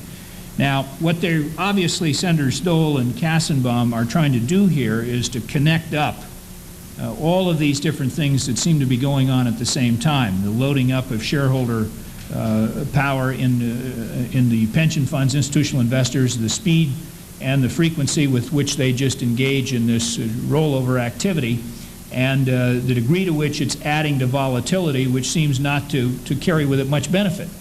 In fact, I think it probably, in terms of investor psychology and other negatives that we could identify without getting into a lengthy philosophic discussion, there's some real minuses that are associated with this in terms of the country's economic future. What do you think of an idea like that? How do you react to the Dole-Kassenbaum idea here as a way to structure a disincentive to stop some of the just trading activity and just the froth that seems to be in the market that doesn't seem to be deriving any particular economic benefit for anybody? Let me answer that question, but first go back to two things you said in the introductory part of your question, Senator Riegel. First of all, the turnover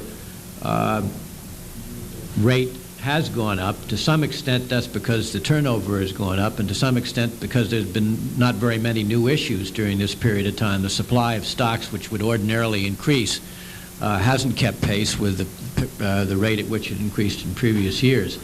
I think the reason why there aren't more new issues is for two reasons. One is our tax code provides, as we've discussed before, a deduction for interest and doubly taxes dividends. And so water seeks its own level, and that's an important fact. The second The fact is that the rate of return on common equity in the United States hasn't been sufficient to have people want to go out and sell new issues. So those two factors, I think, have something to do with it, although they certainly don't vitiate an important part of what you said. Secondly, pension funds.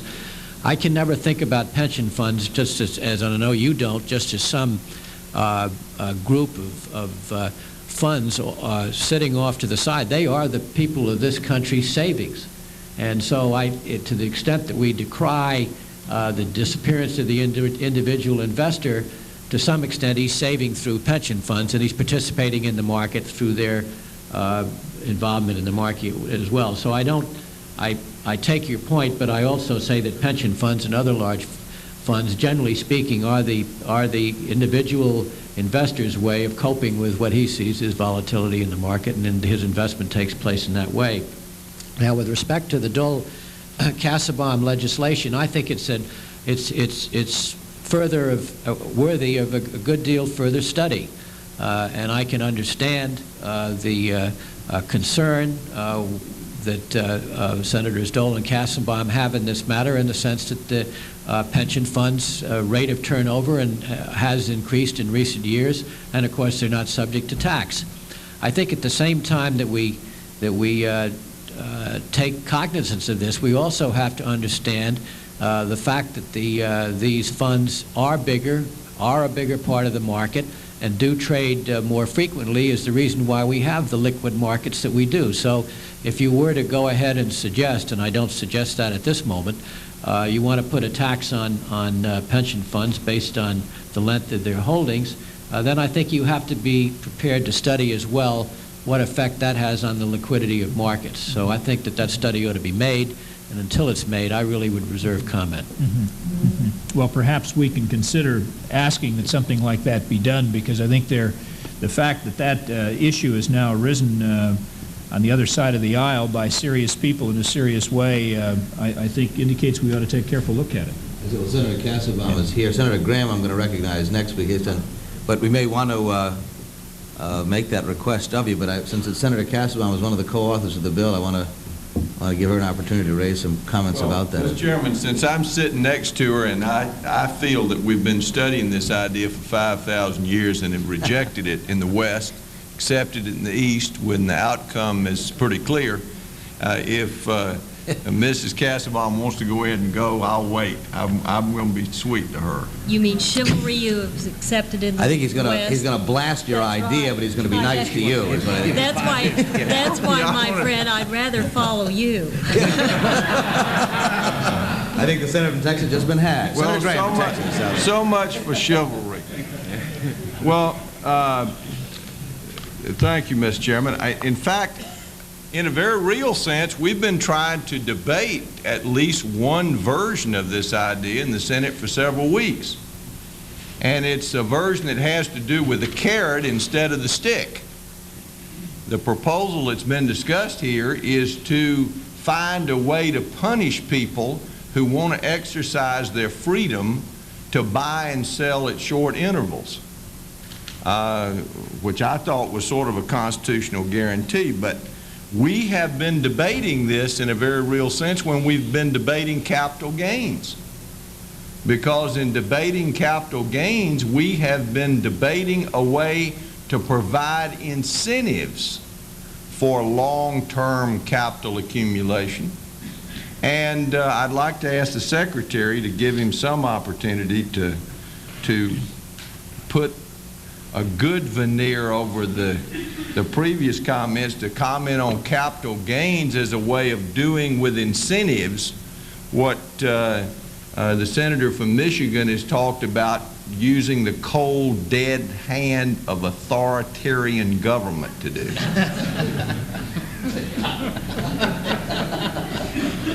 How do you really feel about it, Phil?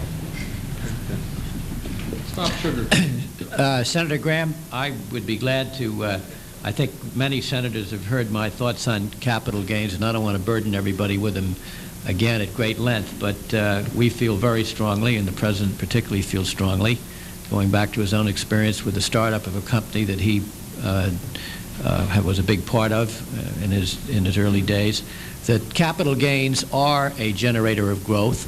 They are a producer of jobs. They are a producer of new products. They do lower the cost of capital in this country.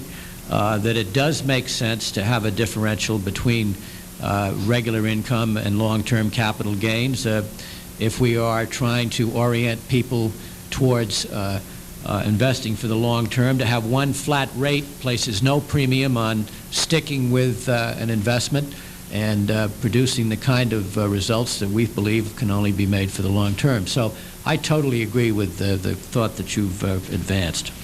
Let me ask you a question. Let me finally, since all of us on both sides of the aisle have talked about sort of bigger, more momentous issues than this bill, and in doing so we hadn't been totally fair to the author of the bill. Let me ask you a question about one part of the bill that I'm a little concerned about. And it's the question of the power to close a market. Now, I understand that the Commodity Futures Trading Commission chairman has some market closing power. This bill proposes giving the power to close the market to the chairman of the FEC, or to the whole commission. I guess my feeling is that closing a market is so fundamental a thing, is potentially so dramatic, and in fact I believe that the October 19th collapse was to some degree related to a comment that was made by the SEC chairman about closing the market. At least that fed fuel to the fire. My own view is that only the president ought to have that power. And if the Commodity Futures Trading Commission has it, I'd like to take it away from them. But I don't want to give it to the SEC. I wanted to get your views on that, Ms. Secretary. What do you think? Well, first of all, Senator, if you don't mind, I won't join you in trying to take it away from the chairman of the CFTC. I'll leave that job to you.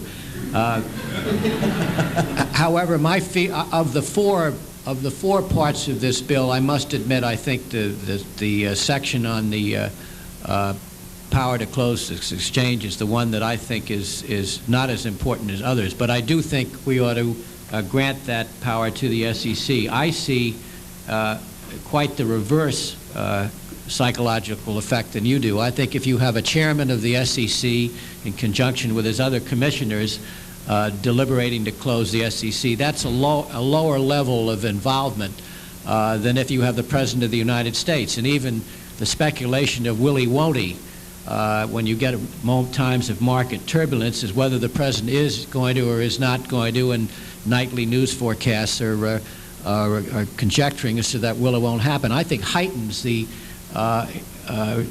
dramatic nature of that sort of a move. So, and to a very real extent, my feeling is that changing it to, meaning giving that power to the chairman in conjunction with the full commission really makes it less of a dramatic event, and one that should be exercised at a level underneath the president. Well, would you just, yeah, sure. I think I said something incorrectly to you when we were chatting informally about this. As I understand it now, the CFTC chairman can close down the entire market. The chairman of the SEC can shut down activity on a particular stock. Is that not the case? I think that's correct. And what you're talking about here is a 24-hour window, I think, as well. To go beyond that would require presidential involvement. Is that not also correct? I think that's correct. Well, let me just conclude by saying that in my mind, there are good arguments on both sides of this issue. I guess I view that my own view is that there is nothing more destabilizing than the inability to sell or the inability to buy. And that you're going to get two things that happen here, at least potentially. One is that you're going to have, as for example, on October the 19th, when the stock market went down, the bond market went way up, we hit the trigger points, we shut down the trading of futures on government securities, on government futures, we shut down the futures market on government securities, and what happened is the whole market shifted to London. They had a huge increase in volume, and markets continued to function. And I think that really is a sort of evidence we've got to look here at what is happening elsewhere. And I think, secondly, that I think it's very important that we go back and look at what circuit breakers did on the 13th, because I'm still not convinced that I viewed them as important when you got an inability to clear the market. I think that's vitally important to stop, get your clearing caught up, and then start trading again. But when you've expanded capacity to clear, I just wonder, looking at the raw data, and I'm no expert and you have them, Ms. Secretary, but I wonder if those trading pauses really promoted stability. Thank you, Mr. Chairman. Mr. Chairman, we're studying that, Senator Graham, and when we get the studies complete, we'll certainly make them available. My feeling is that it was useful, again, but I haven't seen the data. It does give the human mind a chance to catch up with the speed of electronic communications, and maybe that's an old-fashioned thought, but it's one that's stuck in my head. Thank you, Mr. Secretary. Senator Bryant, we're following the early bird rule here. Well, thank you very much, Mr. Chairman. As a very junior member of the committee, I must say I appreciate the early bird rule. If you spend a lot of time here, you'll not like the rule quite as much. I understand that is the case. Mr. Secretary, I'd like to focus attention, if I may, for a moment on LBOs. My recollection is at the time of your confirmation hearing, you expressed some concern about the level of activity of LBOs, and then just a little over a month ago, in a speech before the National Association of Security Dealers, seemingly you changed your position and indicated you did not think that that was a problem. And then about 28 days after that, we had the October 13 episode in the market, which has been discussed here. And many people felt that the failure of the UAL, a leverage buyout, was a precipitating cause. My question is, today, what is your sense, what is your feeling about LBOs? Is it a problem for us? And if so, what ought we to do about it? Senator Bryan, I think in spite of the fact that may look like changing my mind, I haven't changed my mind at all. I said at the very first time I testified that I worried about the LBO phenomenon, and I challenged the people involved to use the great ingenuity and cash resources at their disposal to put the money to better use. I also said at that time we should look into the tax laws to see whether they were generative of any kind of excess activity in that area. But basically underlying all of my thinking was that this is a phenomenon that would not last given the test of time, and I think that's exactly what's happened. My conviction then was that if you let we always have these bubbles in markets, going back to the tulip craze in Holland, and that if you let them play out and that they will end of their own weight. I think that's happening. I think to some degree that the events of October 13th reflected that. LBOs are harder to accomplish now. It's in the front headlines of every financial section every day. So-called bridge loans, which are a very big part of this process, are not being able to be put together. The junk bond market is no longer functioning the way it is. Congress has under discussion the removal of PIK interest, which is a very important part of this process. I think the LBO phenomenon, it won't stop completely, but in the sense that we knew it a year ago, it's going to be a thing of the past. So my position was let the market work. Let's not put on the books legislation which will continue for 15 years after you put it on, and let's see if the market will take care of this phenomenon.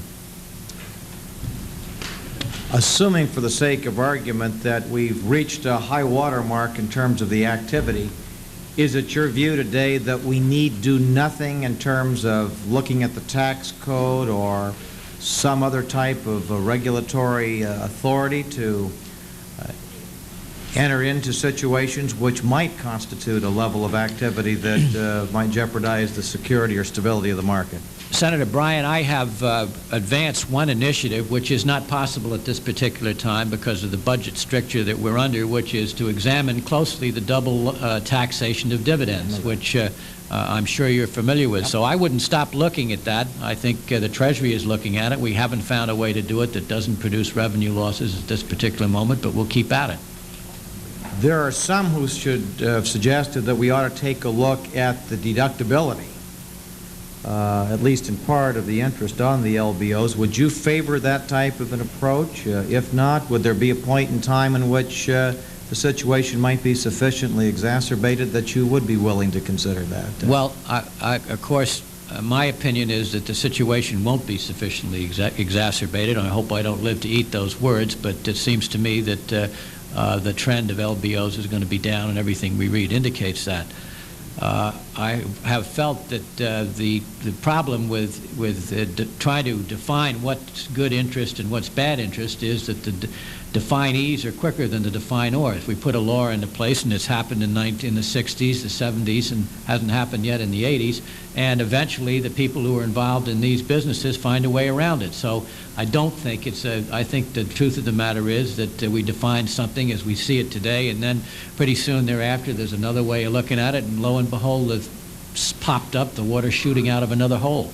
I don't think anyone would fault the free enterprise system for its ingenuity and imagination in developing new devices which circumvent rules, regulations, or congressional enactments that are designed to curb a particular activity.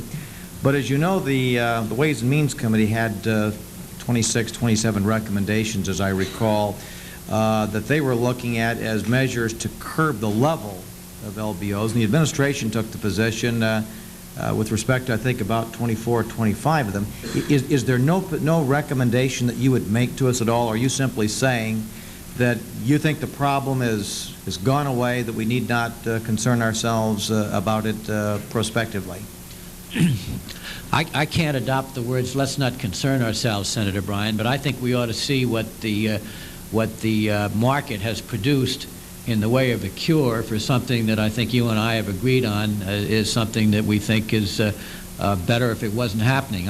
We waited this long, I'm perfectly willing to wait a little bit further because I just simply do not see the level of this activity continuing what it was under the present conditions.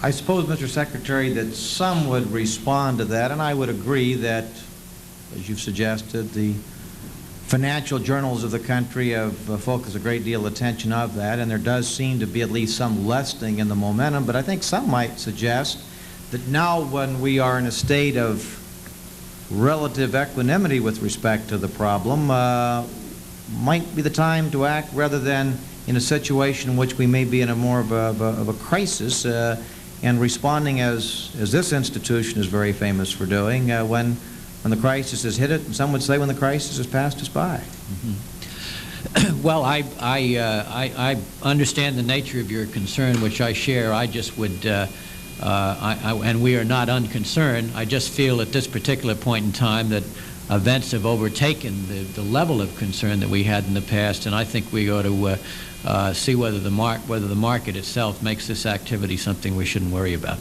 Appreciate your comment, and Frank, I hope you're right, because I think a lot of us see LBOs as something that's very damaging to the American economy, and frankly has undermined our ability to compete internationally with a number of our major business enterprises having been unable to sustain the debt load which have been incurred as a result of the LBOs. Mr. Chairman, thank you very much. Thank you very much, Senator Bryan. Senator Cassabaugh. Thank you, Mr. Chairman. Since Senator Regal brought the tax disincentive on excessive churning up in the market, I might just respond to what Senator Graham said about it, because he said he thought to exercise their freedom to buy and sell at short intervals was something that we prized in this country. I would just, and I commented to Senator Graham that I wish he could stay to hear my response to that. This is the very thing that troubles me. It isn't their freedom. They are managers, pension managers of other people's money. If you, Mr. Secretary, or I want to go in and out of the market 5 times a day, that's fine. That is our decision to make. But a pension manager is responsible for a large number of other people. And of course he has a responsibility to make money for that fund, but he also has a larger responsibility, I would argue, to make sure that it is managed in such a way that's going to provide stability for that fund.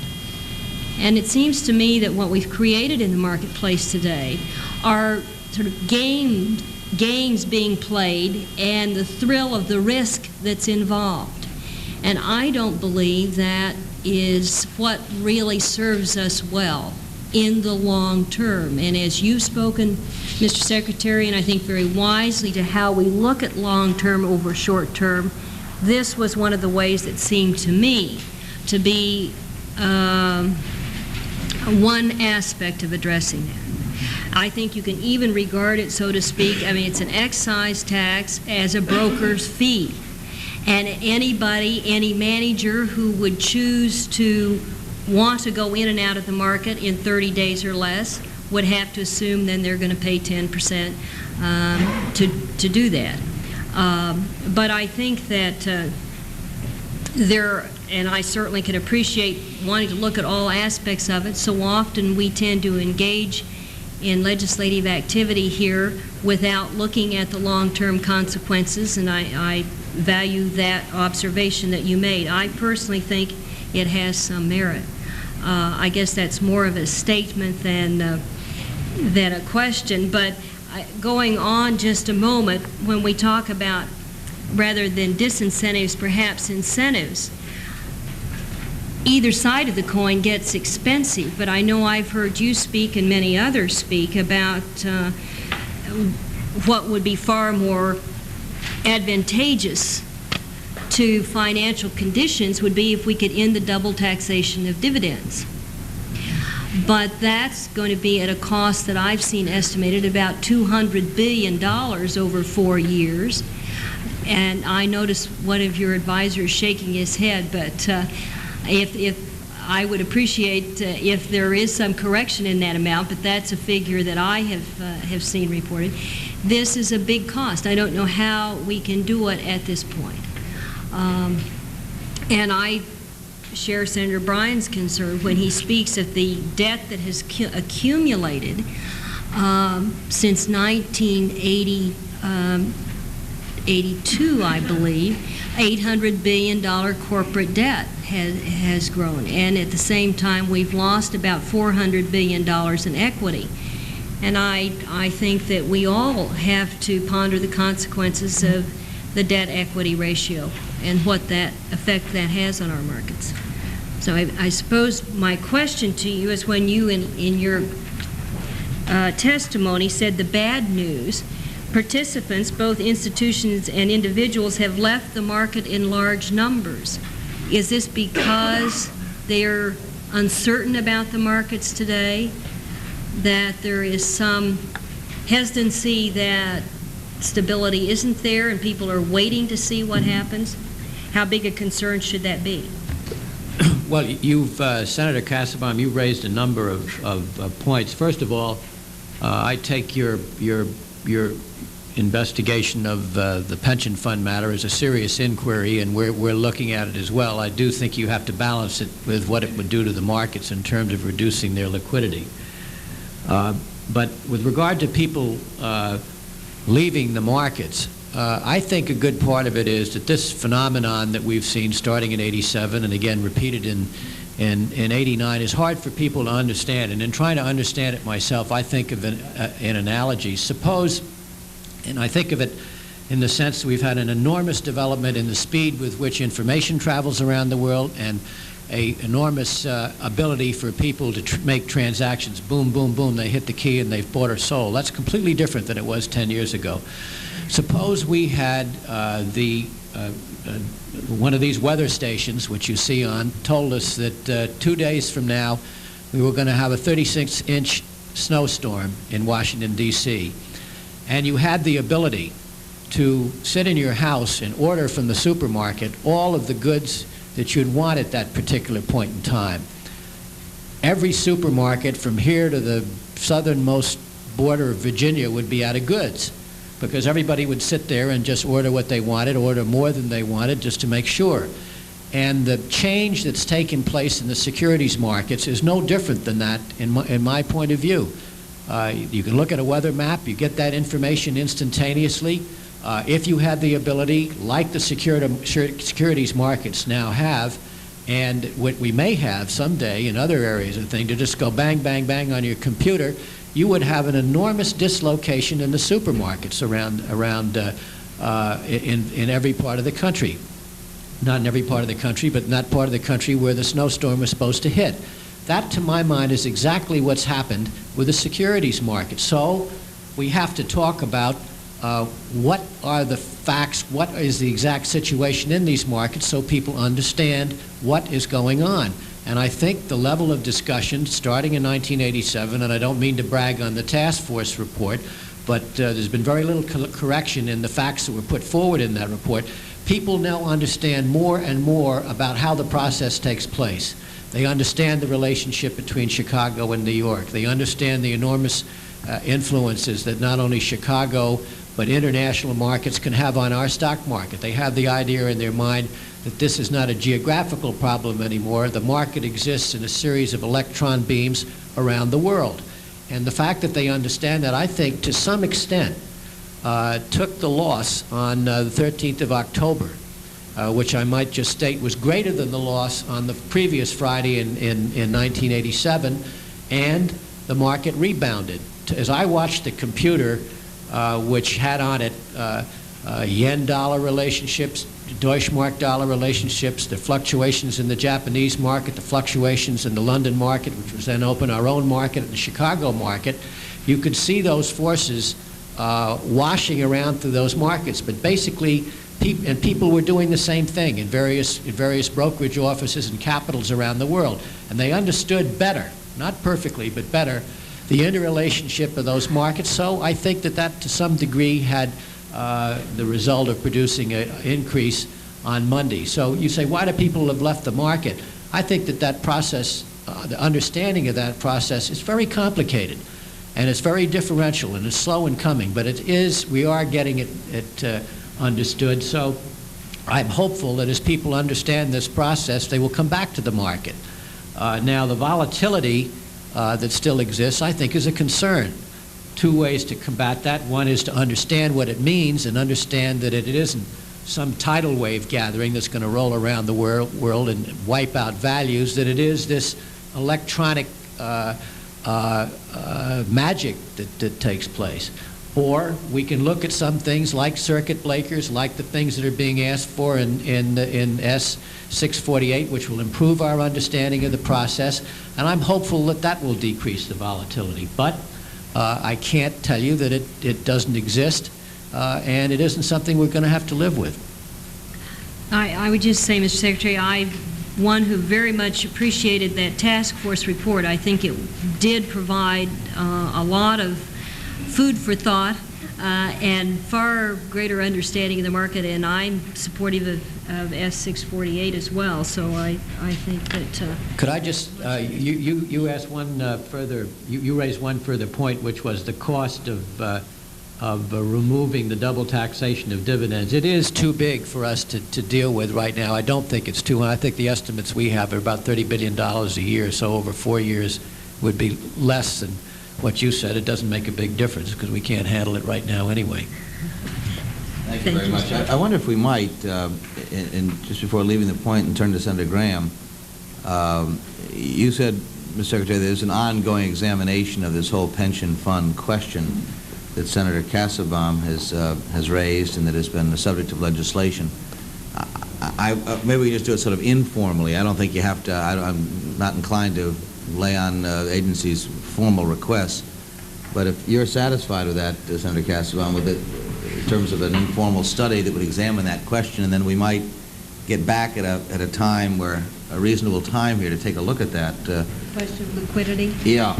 Why don't I'll make that informally to you, Mr. Secretary, and we'll deal with it on that level if we could, rather than... Fine. I think the study, Senator Dodd, probably, I mean, the Treasury has an input on it. Certainly the SEC and others do have and CFTC as well, maybe people that should be involved. Okay. Well, let's see if we can't do something that would produce give us a better handle on that question, but that would be helpful, I think. Senator Graham. Mr. Chairman, the subject of my questions are going to primarily be in the global securities market, but I cannot restrain myself from making a comment on the pension question. It seems to me the issue is not one of freedom or captivity for pension funds and their managers. rather that a special preference has been granted for reasons that appear to be good and sufficient, and that is that they would be free from taxation. So they not only had the ability to trade, they had the ability to trade without paying the tax that most other traders would have incurred in making a similar transaction. And so the issue now is to evaluate whether there are some unintended consequences economically, socially, as a consequence of that tax decision, which justify readdressing this issue. But it's not an issue of freedom. They will be free. The question is whether they will also be free and untaxed. But my issue that I would like to discuss is in the global securities markets. You mentioned that on page 11, this rapid expansion of global securities markets suggests that we should consider the interrelationships among markets on a global scale. I note that while in several other areas of the legislation there are directives to either act or study as a predicate for future actions, there is not such a provision as it relates to the global securities market. Would you suggest any provisions that might be appropriately incorporated in this or other legislation that would facilitate the examination that you feel is necessary on the interrelationship of global securities markets? Senator Graham, I think we have to go a little slower here, not necessarily because we want to, but because it's the right thing to do. We are talking about jurisdictions and the regimes which are outside the purview of the United States government.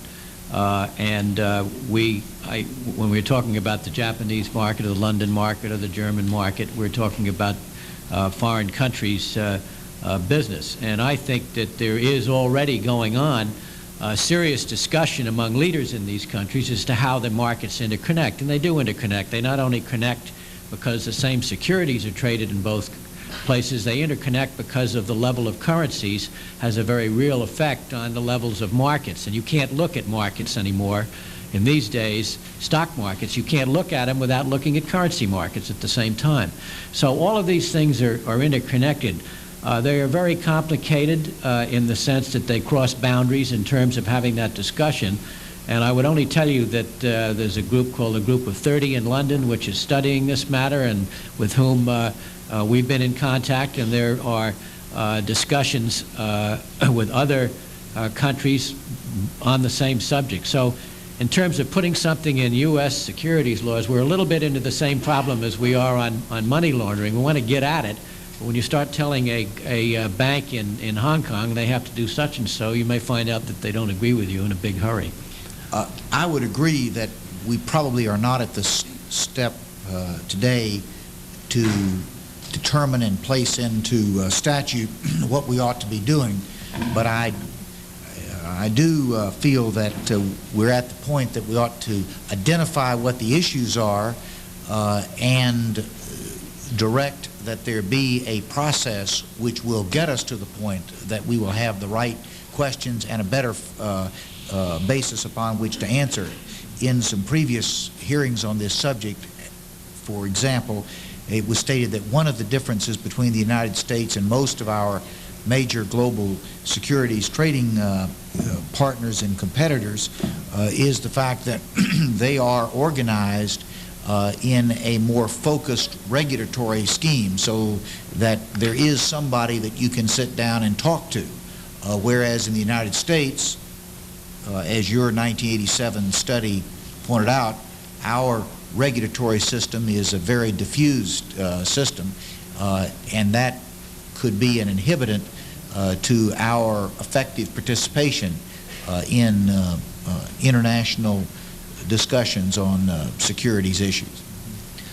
Senator Graham, I'm not sure that that I could agree that the other countries are more organized and focused than we are. It may be true in some, it's not true in others. They have the same division of authorities basically than we do. It may not be 4 like it is in the United States, but you have 2 or 3, you have the same problem. But your point, I'm not in any sense disagreeing with your level of concern. I think it's exactly on the right point.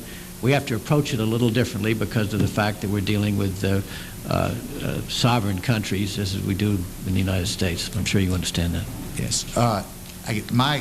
My request would be for some further thought on this issue, maybe particularly towards defining what are the sub-questions under the general question of global securities markets, with the intention that this legislation might be amended by adding an appropriate study directive aimed at placing us in a better position, both for the administration and for the Congress, to make some future judgments on what our national policy should be. The so-called working group, Senator Graham, which consists of the Fed, the Treasury, the SEC, the CFTC, is working on this particular project right at this particular moment. So I think we're on our way to get the kind of information that you want. One final comment within that working group is that I would encourage some specific attention to the opportunities in Latin America. You've indicated that this is as much or more a bilateral relationship as it is multilateral, and I believe that there are some special opportunities for an aggressive U.S.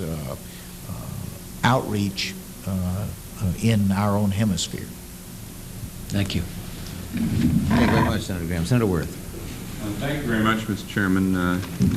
Secretary, thank you for being here. I have a number of quite specific questions that I wanted to address to you. The first one goes to your testimony on page 12 related to margin requirements.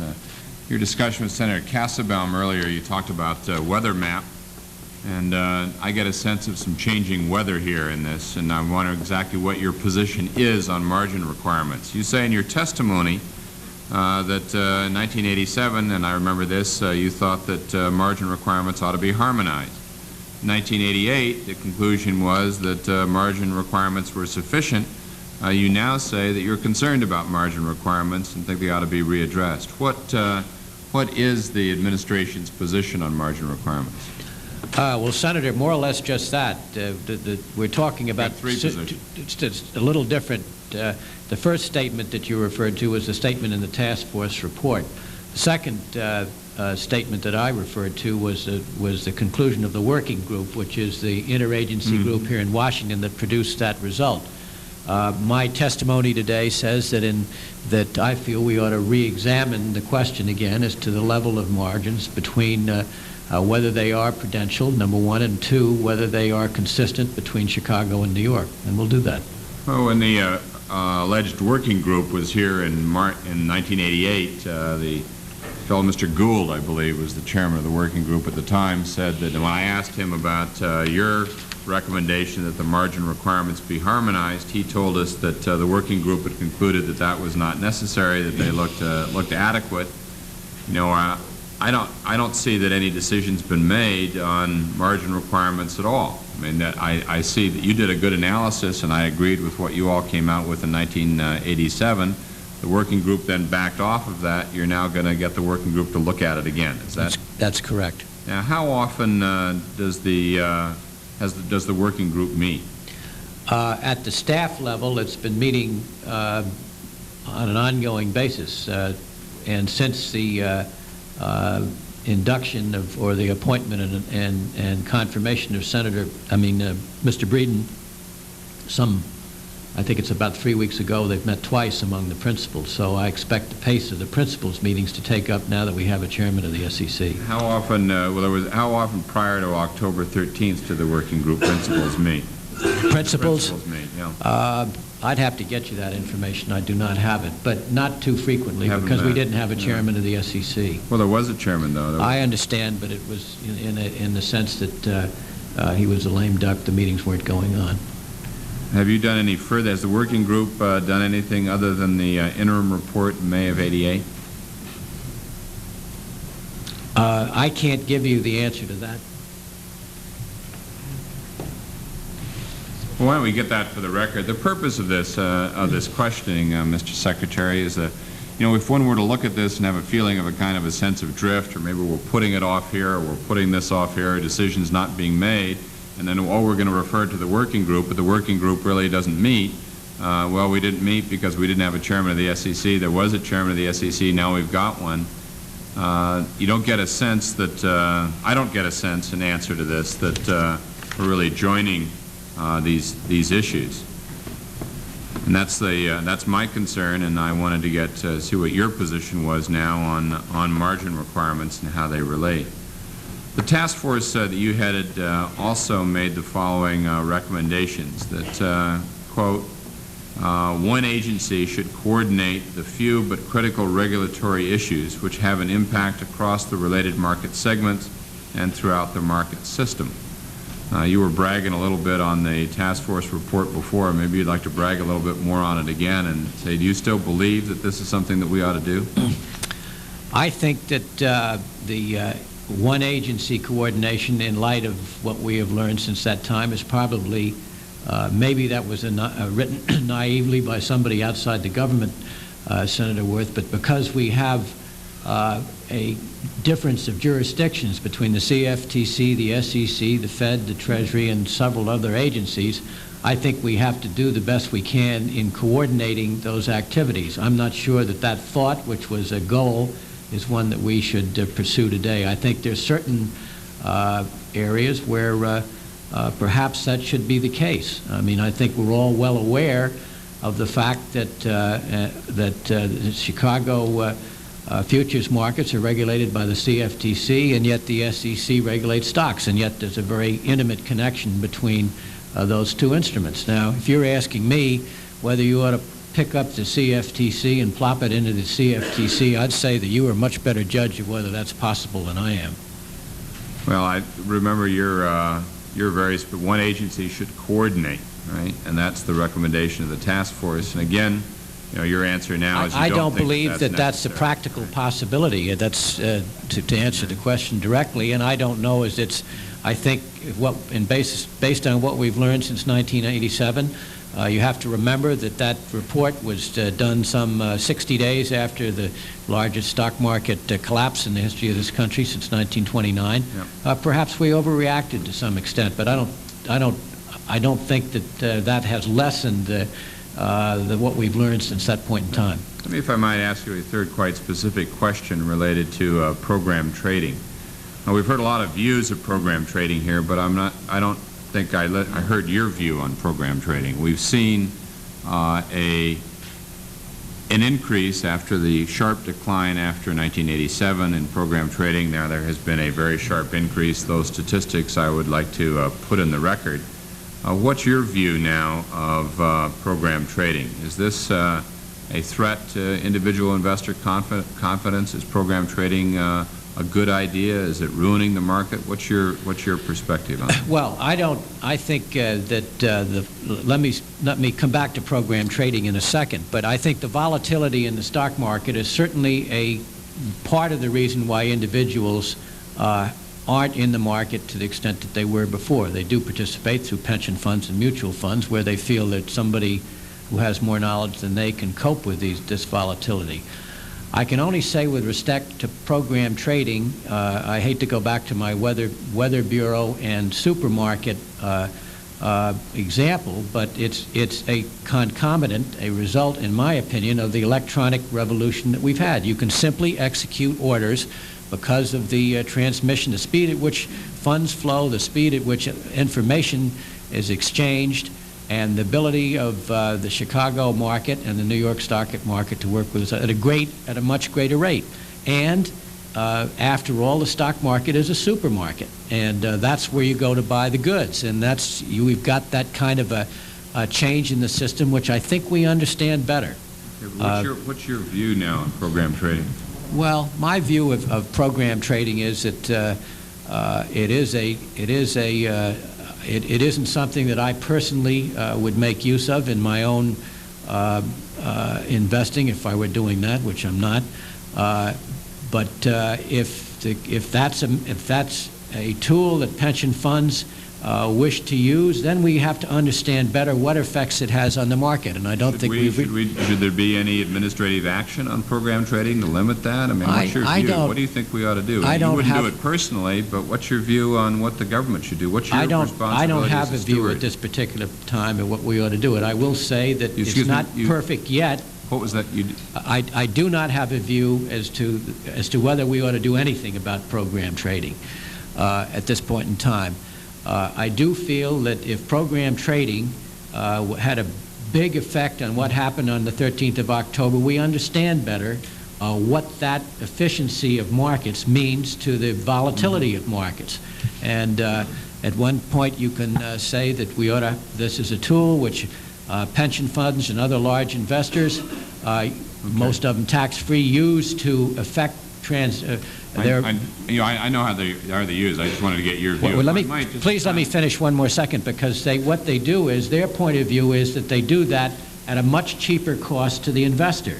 And they say that that cheaper cost is passed on to the pensioners and other participants, and that's the value that's produced. At the same time, it produces this volatility. Just a final note, just a final specific question. Is our market overly dependent upon Japanese lenders? I don't think so. You don't think so? There are a lot of people who believe that the amount of money that the Japanese have invested in leveraged buyouts and the commitments that are outstanding, which are even greater than that, I understand, has led significantly to what happened on Friday the 13th. And well, the Japanese have been a factor in the financings of leveraged buyouts, but before them it was somebody else. So I don't see that particular concern with that country as being part of the puzzle.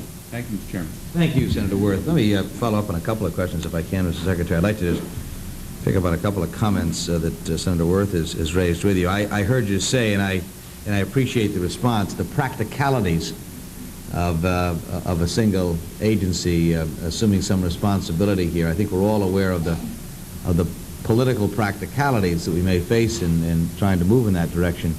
But I also heard by implication your suggestion there that if it were not for those political impracticalities, that substantively it would make some good sense. And am I incorrect in hearing that? Senator Dodd, I don't want to be flip in answering your question, but I don't think much about it anymore, because I don't think it's quite as necessary as we thought it was in 1987. And two, I wouldn't know what to do about it even if it was right, and I don't really think it's right. I think there's certain what we really suggested had in mind in 1987 was the Federal Reserve had the responsibility for margins on the New York Stock Exchange and with regard to options on New York stocks, and we thought that perhaps it would make sense to coordinate that with the margins in Chicago. So it was really expanded out from that thought, and I think we got a little wide of the mark in terms of what can be done. Yeah. All right. Let me ask you as well about the individual investor. I mean, I had the statistics here in front of me a while ago, but the drop of the other than through the pension route and so forth, but as we traditionally think of the individual investor, they have retreated substantially since October of '87 and have really not come back. And I suspect that the activity on October 13th has not been a source of encouragement. How worrisome is that? Are we talking about, you know, the way of the American family farm? Is it nostalgia involved here? Or is there something in your view that is extremely important? Others, stability, liquidity in the markets have been argued. We're now replacing that with the institutional investor, maybe, and there are a lot of questions, obviously, we're all talking about that poses. But how important is it? Is this, you know, we sort of engaging in the reveling in the days gone by that would be ridiculous for us to try and promote over again, that with the internationalization of markets, the need for massive amounts of capital, that what you'd have to do to lure the individual investor back would be so detrimental to the formation of capital, these markets, it isn't worth it? What is your sense of that? Well, I think we don't have to take draconian actions in order to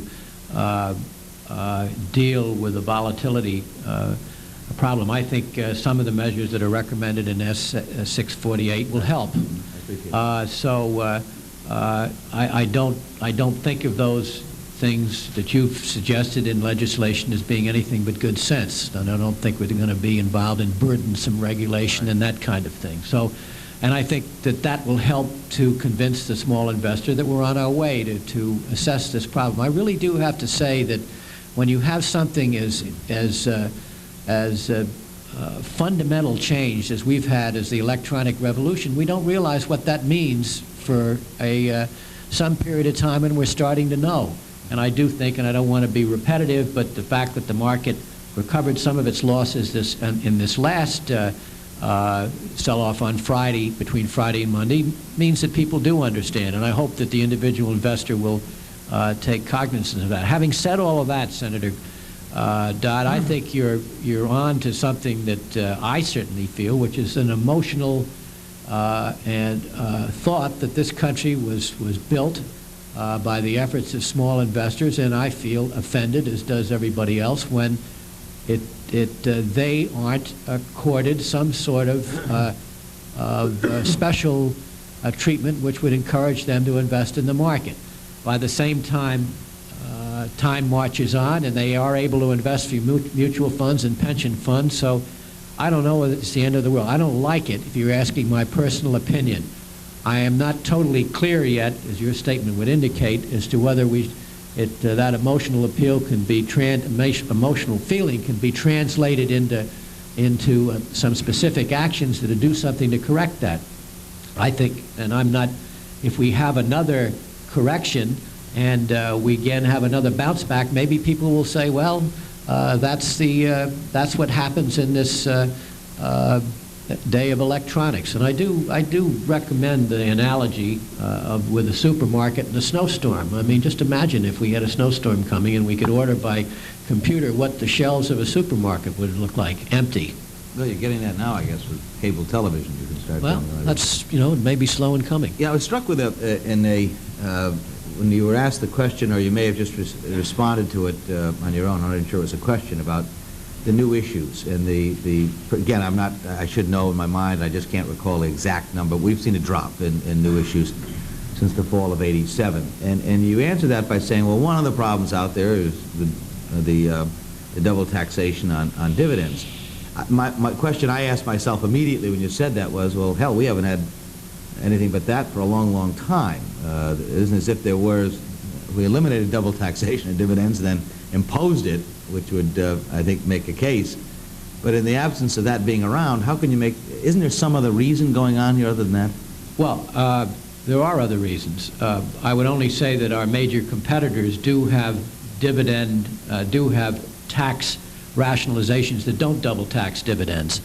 However, I think that one of the reasons why that it has been around for a long time, but really the generation of people who dealt with the Depression in 1933s are no longer at the controls of major corporations and or lending authorities, and our preoccupation with having too much debt as a nation isn't what it was 30 years ago. Yeah. We have a generation of younger people who, since the war, have more or less enjoyed a level of economic growth that's impressive, and of course in the last 85 months we have had continuous economic growth. So the people who borrow money in corporations are less worried about it than they were before, so to fund their investment plans, they're willing to borrow more than they were before, and lenders who wouldn't lend it to them before because their debt ratios got so high have changed their way of looking at debt. They don't feel it's as burdensome as it was before. Maybe that's true.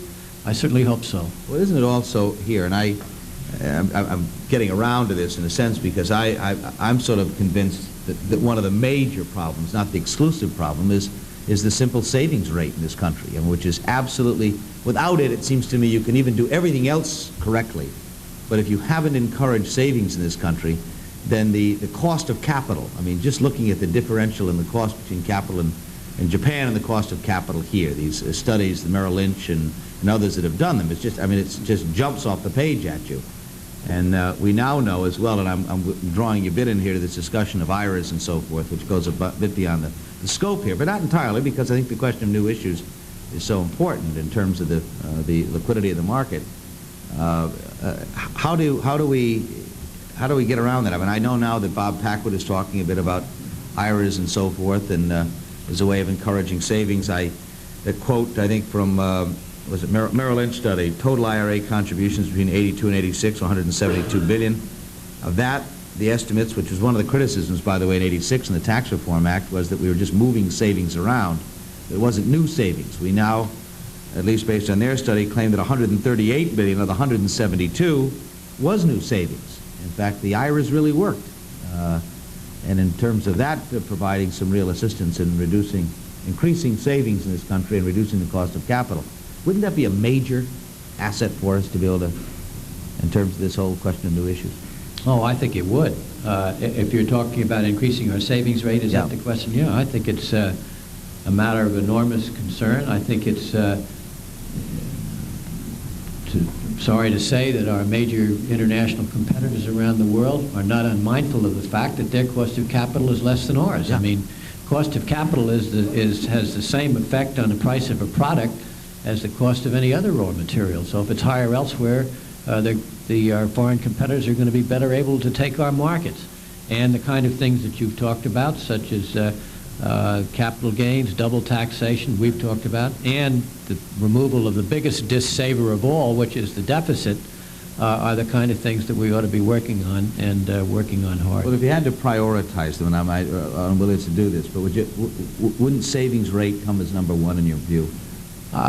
It would in my mind. Yeah. I think, Senator, there's one other thing, and I only mention it because it's entered the discussion, is the baby boomers who were consumers have now reached a level of in their family lives where they have more of their disposable income to save. And there is some beginning evidence to indicate that the baby boomers are now beginning to save, and that people who say that the upturn in the savings rate, which has taken place in the last 6 months, is in effect the reason for that is that the baby boomers are now beginning to save. So we may have the fact of demographics on our side.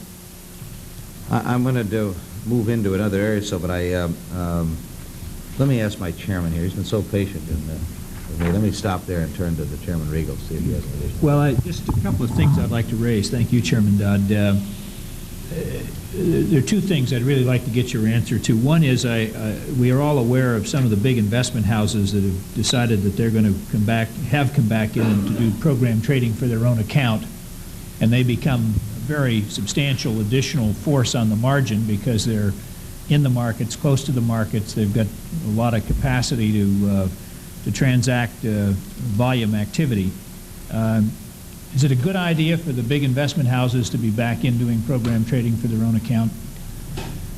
Senator Regal, I can't answer that question. That's a question for the individual trading investment banks to make themselves. I would only say that the considerations that they have to take into account include whether they think their customers or not are... Let me rephrase it. I don't really mean for you to try to assess it in terms of whether it's good for them to do it. I'm really looking at the broad public policy impact and the broad market impact. In terms of the fact that we've got a lot of problems in the market, and you've illuminated a lot of them today in your statement, which I think has been very direct and to the point. As you throw that onto the mixture as one more item, is this helping us in a broad public policy sense, market stability sense, a volatility sense, or is it contributing to the problem? Well, I don't think you can separate out, because I'm not sure it's that big of the piece of the puzzle, program trading for the account of investment banks from program trading as a whole. And I think I gave my opinion on that question before. I would only say that I was going to continue to say that the individual investment banks have to decide whether their customers and clients and the market as a whole think this is a good idea or doesn't, if they go forward. I don't see legislation, and I know it's not suggested in this bill at this point in time. Well, as I'm sure you know, the Kemper Financial Services, just as one outside financial entity, have decided that they don't want to trade through companies that do that. You probably saw that in the newspaper. I did. I think that, sir, if I may interrupt, kind of the market's answered. I mean, it kind of answers your question for both of us in a sense that if a number of these big institutions, such as Kemper, tell the major investment banks they're not going to deal with them, that has got to have an effect on them. Unfortunately, that happened before, after the '87 collapse, and I don't know exactly whether it had a large effect or not. My other question is this, and it goes to the question of investor confidence and whether the small investor is just getting mowed down in the market the way the market now seems to work. Let's take a person who's a retiree, 65 years old, may have a modest amount of capital to invest in some form, say $10,000, $12,000, $15,000. Is it really, do you think that person today with a high degree of confidence feels that they can come into the stock market and in the face of all these other forces, in face of program trading and the electronics and all the big shooters and the rapid ups and downs, is that person really well advised if they've got a small nest egg to come in on their own and as an investor in common stocks today? Well, Senator Riegel, I think I've tried to answer this question before. I mean, you can look at it all different ways. If he'd come in after the market collapsed in 1987, he would have made a lot of money since then. However, I think that the individual investor doesn't know how to deal with this volatility and ups and downs that you're talking about. However, he does invest in the market through mutual funds and pension funds, so that. But are we forced to come to that conclusion that the small investor today is now in a game that's dominated by other forces? So in effect, they've got to come through in a proxy form in a mutual fund or a pension fund. No, I think that again, I repeat what I said before, which is that I think as we understand more of this process, that the people are not going to jump to the conclusion because we have one of these big swings that the world is about to end or that it's going to continue. And I think that may be one result out of what took place in October at this time. In answering the question that way, I don't want you to think for a minute I like it when the individual investor has withdrawn from the market. I don't. I feel it's been an important part of this country's future, past, and I hope it's a big part of their future. In trying to deal with the volatility question, I think we've made some steps in the sense that circuit breakers have been introduced between Chicago and New York. I think some of the things in this legislation will further give people confidence, and I'm hopeful that over time we'll know how to deal with this problem. People will understand, and again, I hate to use analogies, but the supermarket analogy is one that I think is important to think about. It is to a point, but you know, to the person out there, the individual investor who's out there today and who's got a nest egg and they'd like to invest in the country and they'd like to protect their capital and maybe increase their capital prudently over time and so forth, they're trying to decide what they can do, and is there a place for them in this market? And they're asking the question. They're asking it to me, and the supermarket analogy really doesn't work all that well in terms of giving them an answer as to whether the market system, the way it's working now, is really a place in which they can come in on an equal footing, and on a footing that really doesn't put them at a major disadvantage. And you know, they've looked at it in large numbers themselves. They're netting out that they really can't come in and function the way the system is working today. And I guess the question that's left for us, I think we have to, as public policy people, whether in our jobs or yours, I think we have to make a public policy judgment based on what we're seeing and to decide whether some changes are needed here beyond what have thus far been done, that perhaps create an opportunity for that person to come in. Otherwise, I think we have to be straightforward enough to recognize that the game has changed, and if it has to that extent, then maybe we ought to be very forthright in saying to people, you better be very, very careful, and don't assume that if you get in here, you're not going to get run over by somebody that's going 200 miles an hour. I mean, somewhere along the line, there's a public responsibility that attaches to those of us who are trying to make sense out of these sweeping changes to help the public be in a stronger position to be able to know what it is they're dealing with, and so they're not hurt. I think that not to disagree with you, but to add another dimension to what you say, the individual investor is generally a long-term investor. And it depends. I mean, I used the example of somebody 65. Now, I suppose that's a long-term investor too, but their situation is obviously different than a 25-year-old or a 30-year-old or a 35-year-old. I mean, everybody's in and out of the, you know, we've got a whole, but my example was designed to take someone who wouldn't necessarily have a 40-year planning horizon. So, well, I was really thinking even something shorter than that, but I mean, 10 years, 12 years, 15 years, I think the individual investor does invest for the longer term. And I don't think we should so paint the picture, and I know you're not, Senator Riegel, to say that the individual investor isn't in the market. I still believe that over 50% of common stocks in the United States are owned by individuals, so that we made that conclusion at the time of the task force report. We haven't done it again, but I think that's the case. So I was going to stretch my supermarket analogy further, but I won't. I think just to pick up on what Don is saying, and I sense it in you as well. I've heard people sit at this table here and say, Mr. Secretary, the individual investor is a thing of the past. You ought to forget about it. And you guys ought not to waste your time up there worrying about whether or not they're in or out. It's eventually just going to disappear. And I remember, I'm not that old. I mean, I was sort of shocked that someone would suggest it, and I thought, well, maybe I'm engaging in nostalgia or something, and maybe, you know, fast modern thinkers like our colleague from Texas ought to maybe applaud that, but it bothers me, and I don't think any of us know really the answer to that. I think we ought to spend some more time thinking about it, because I'm sort of sympathetic to what your reaction is, and you don't want to fall prey, as you said, to nostalgia. Really analyze whether or not this ought to be something we maintain for the stability and liquidity that is provided historically for us. Listen, you've been terrific today, Senator Wirth. Thank you very much, Mr. Chairman. To go back very briefly to our earlier discussion, I understand that you know how complicated these issues are and how frustrating they are. Very hard often to get a handle on, and I'm not suggesting any kind of venality in not having a clear answer to some of those questions. I think it's important, as one of the major starts, Mr. Secretary, is this legislation. And I think your statement at the bottom of the first page of your letter, supporting the legislation and the need to move out very smartly on it, the sooner they're enacted, the better prepared we'll be for future market volatility, you know, is a very welcome one for this committee.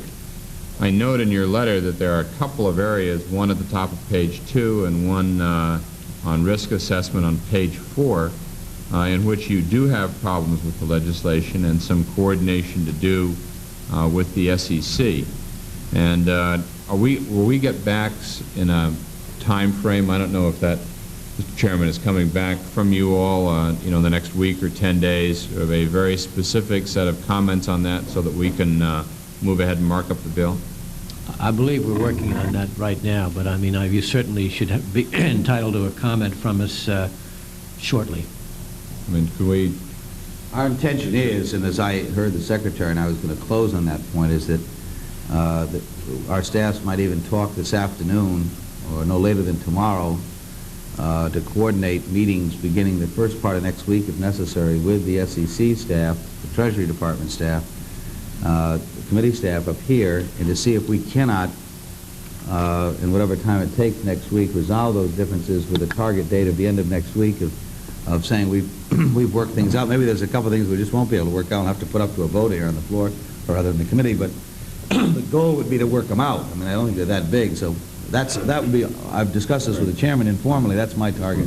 Yeah. I mean, it's very quickly a couple of other items. Senator Graham and I, 2 years ago, picked up the proposal put together by Mr. Corrigan at the New York Federal Reserve, which focused on a variety of interests. One, modernization, the second one, looking at the payment system, and the third, looking at the whole question of what we should be insuring.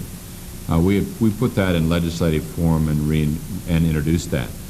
We sort of maybe put aside for a moment the financial modernization issue, and I want to come back and get your view on, if you have any thoughts on that. But the other two, I was wondering if we might have the Treasury and this administration go back and look at Corrigan's proposals. There are some very interesting ones on the payment system, both our domestic coordination between the public and the private side of that, and how that relates internationally. And there were some very interesting ideas there on how broad we ought to be casting federal insurance. Two issues that we're going to have to come back to. And I was wondering if we might, Mr. Chairman, for the record, make a request of the Treasury to get this administration's position on those proposals. Senator Graham and I had introduced that 2 years ago and have always been enamored of many of the proposals made by Mr. Corrigan. We might, if you want to, and I think at the same time, I think I'd introduce the Bob Lighton approach. Now that the Chairman, you talk about the financial services? No, a bit different. This is the part of it is financial services. All right, I'm sorry. Let's make sure that we coordinate that, and we'd like to alert you on that. Make that request of you, Mr. Secretary.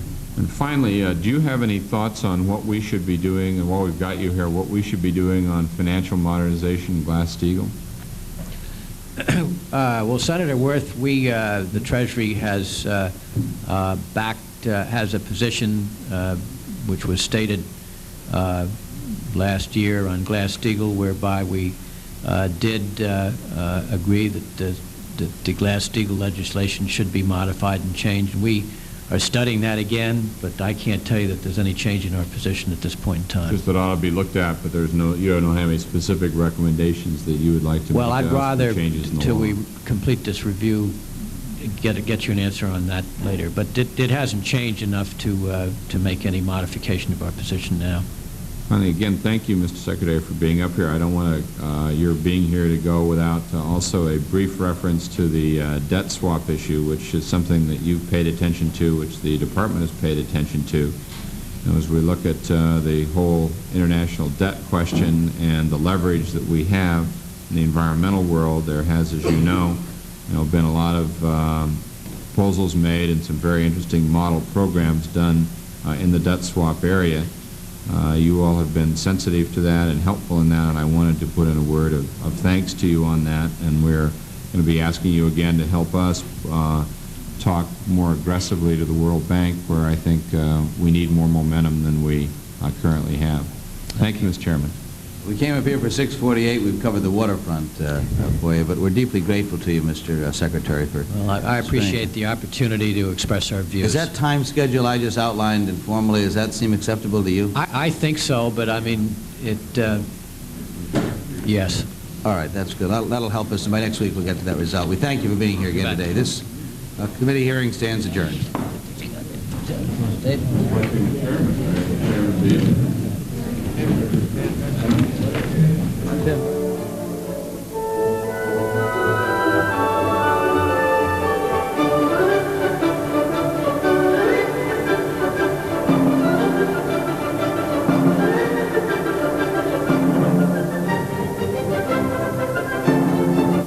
If you would like more information about the issues discussed during this hearing, you can write to the Senate Banking, Housing, and Urban Affairs Committee.